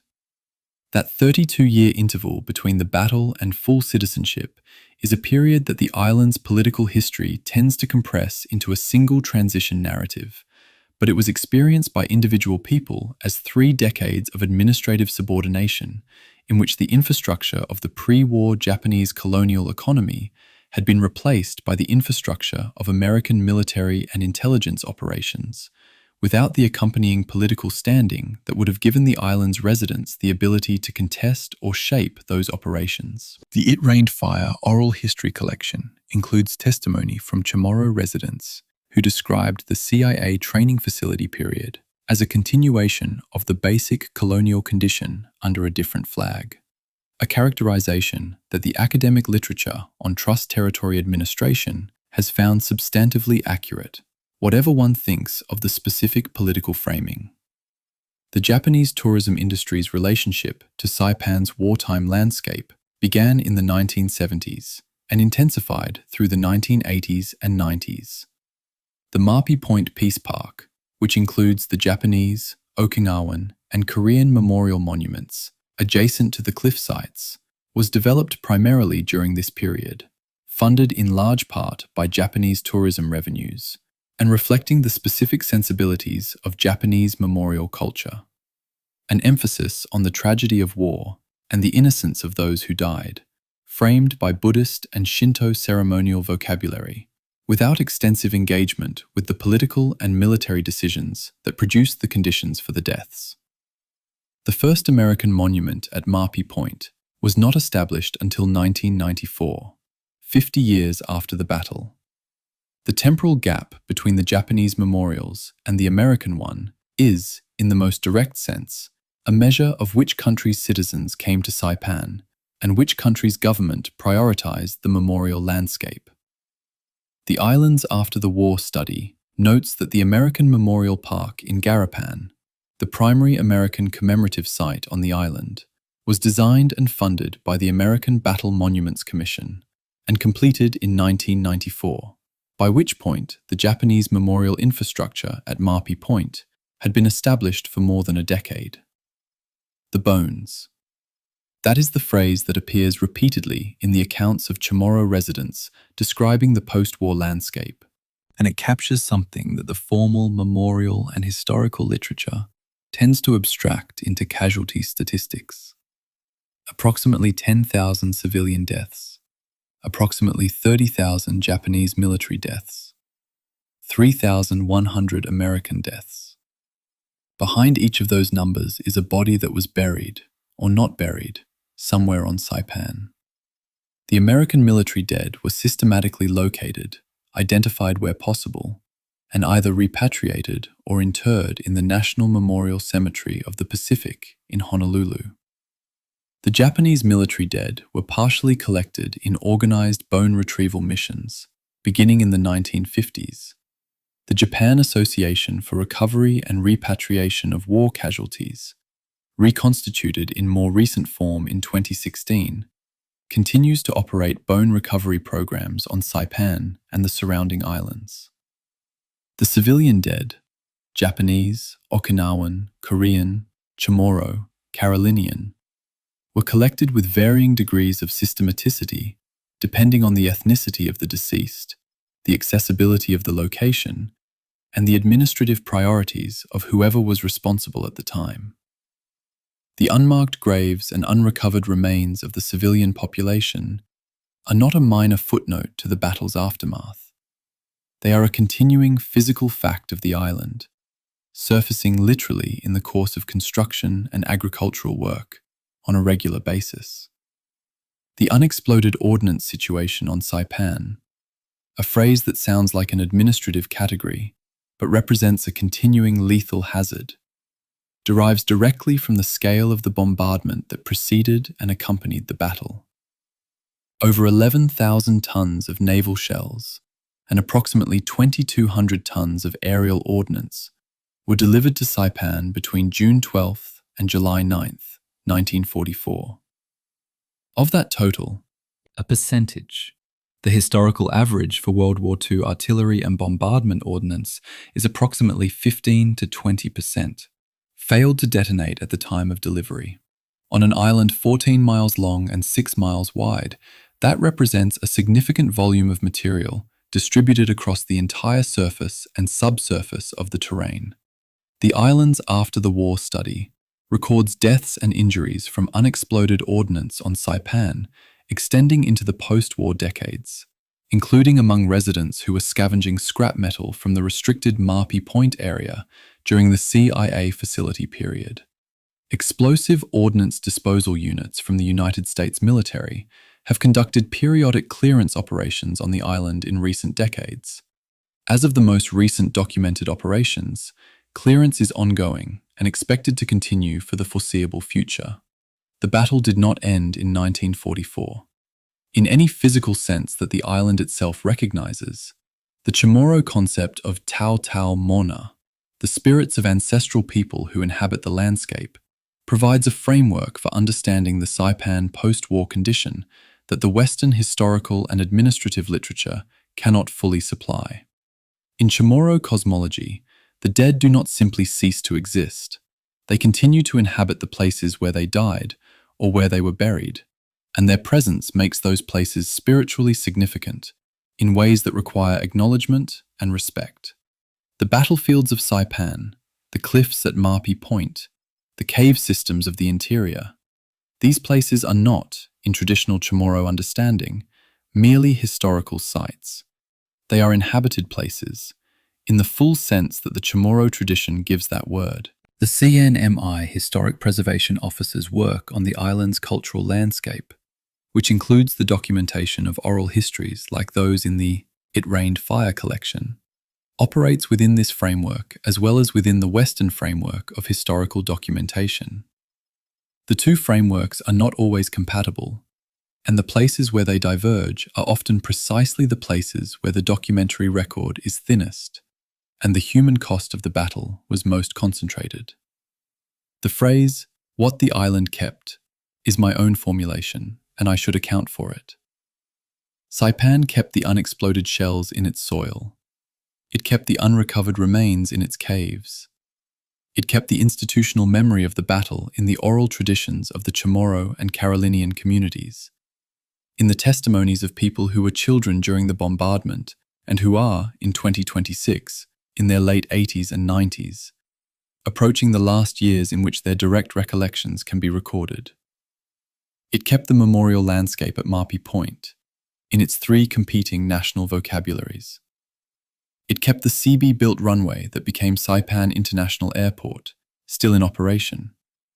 It kept the name of Suicide Cliff, which appears on contemporary tourist maps and GPS navigation systems, alongside the resort hotels and dive shops of the 1980s construction boom. The juxtaposition of those things, the resort infrastructure and the cliff that kept its name from the summer of 1944, is not ironic in the literary sense. It is simply the condition of a place that experienced a catastrophic historical event and continued to exist afterward, which is what places do. The question of what a documentary about Saipan is for, what it should produce in the person watching it, has no stable answer, and I think the instability is appropriate. The 24-day battle killed approximately 3,100 Americans, approximately 30,000 Japanese soldiers, and approximately 8,000 to 10,000 civilians. It removed a Japanese prime minister. It provided airfields from which a bombing campaign killed hundreds of thousands of Japanese civilians. It contributed to the casualty projections that shaped the decision to use atomic weapons.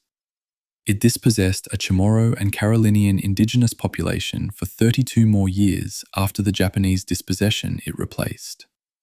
It established a Cold War intelligence facility on the cliff where civilians had died. And it left, in the caves and soil of a 14-mile island in the Western Pacific, a physical residue of ordnance and bone that is still being recovered in 2026. A documentary that resolves those things into a single coherent meaning would be lying.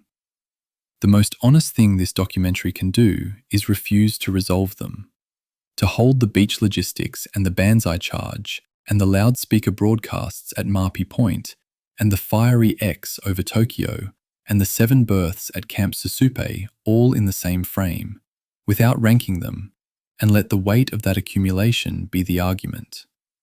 I have a note from the It Rained Fire collection that I want to end with, because it is the kind of specific detail that belongs to nobody's grand narrative, but is the truest thing in the record. A Chamorro woman who survived the battle and was interned at Camp Susupe testified, in an oral history recorded in the early 2000s, that the thing she remembered most clearly from the internment camp was not the food shortage or the heat or the proximity to Japanese settlers who had previously employed her family. It was the sound of the generators the American military used to power the camp's lights, running through the night. She said she had never heard generators before the war. She said the sound kept her awake at first, and then became something she listened for before falling asleep, because it meant the lights would stay on. She said she didn't know if that was a good memory or a bad one. Neither do I.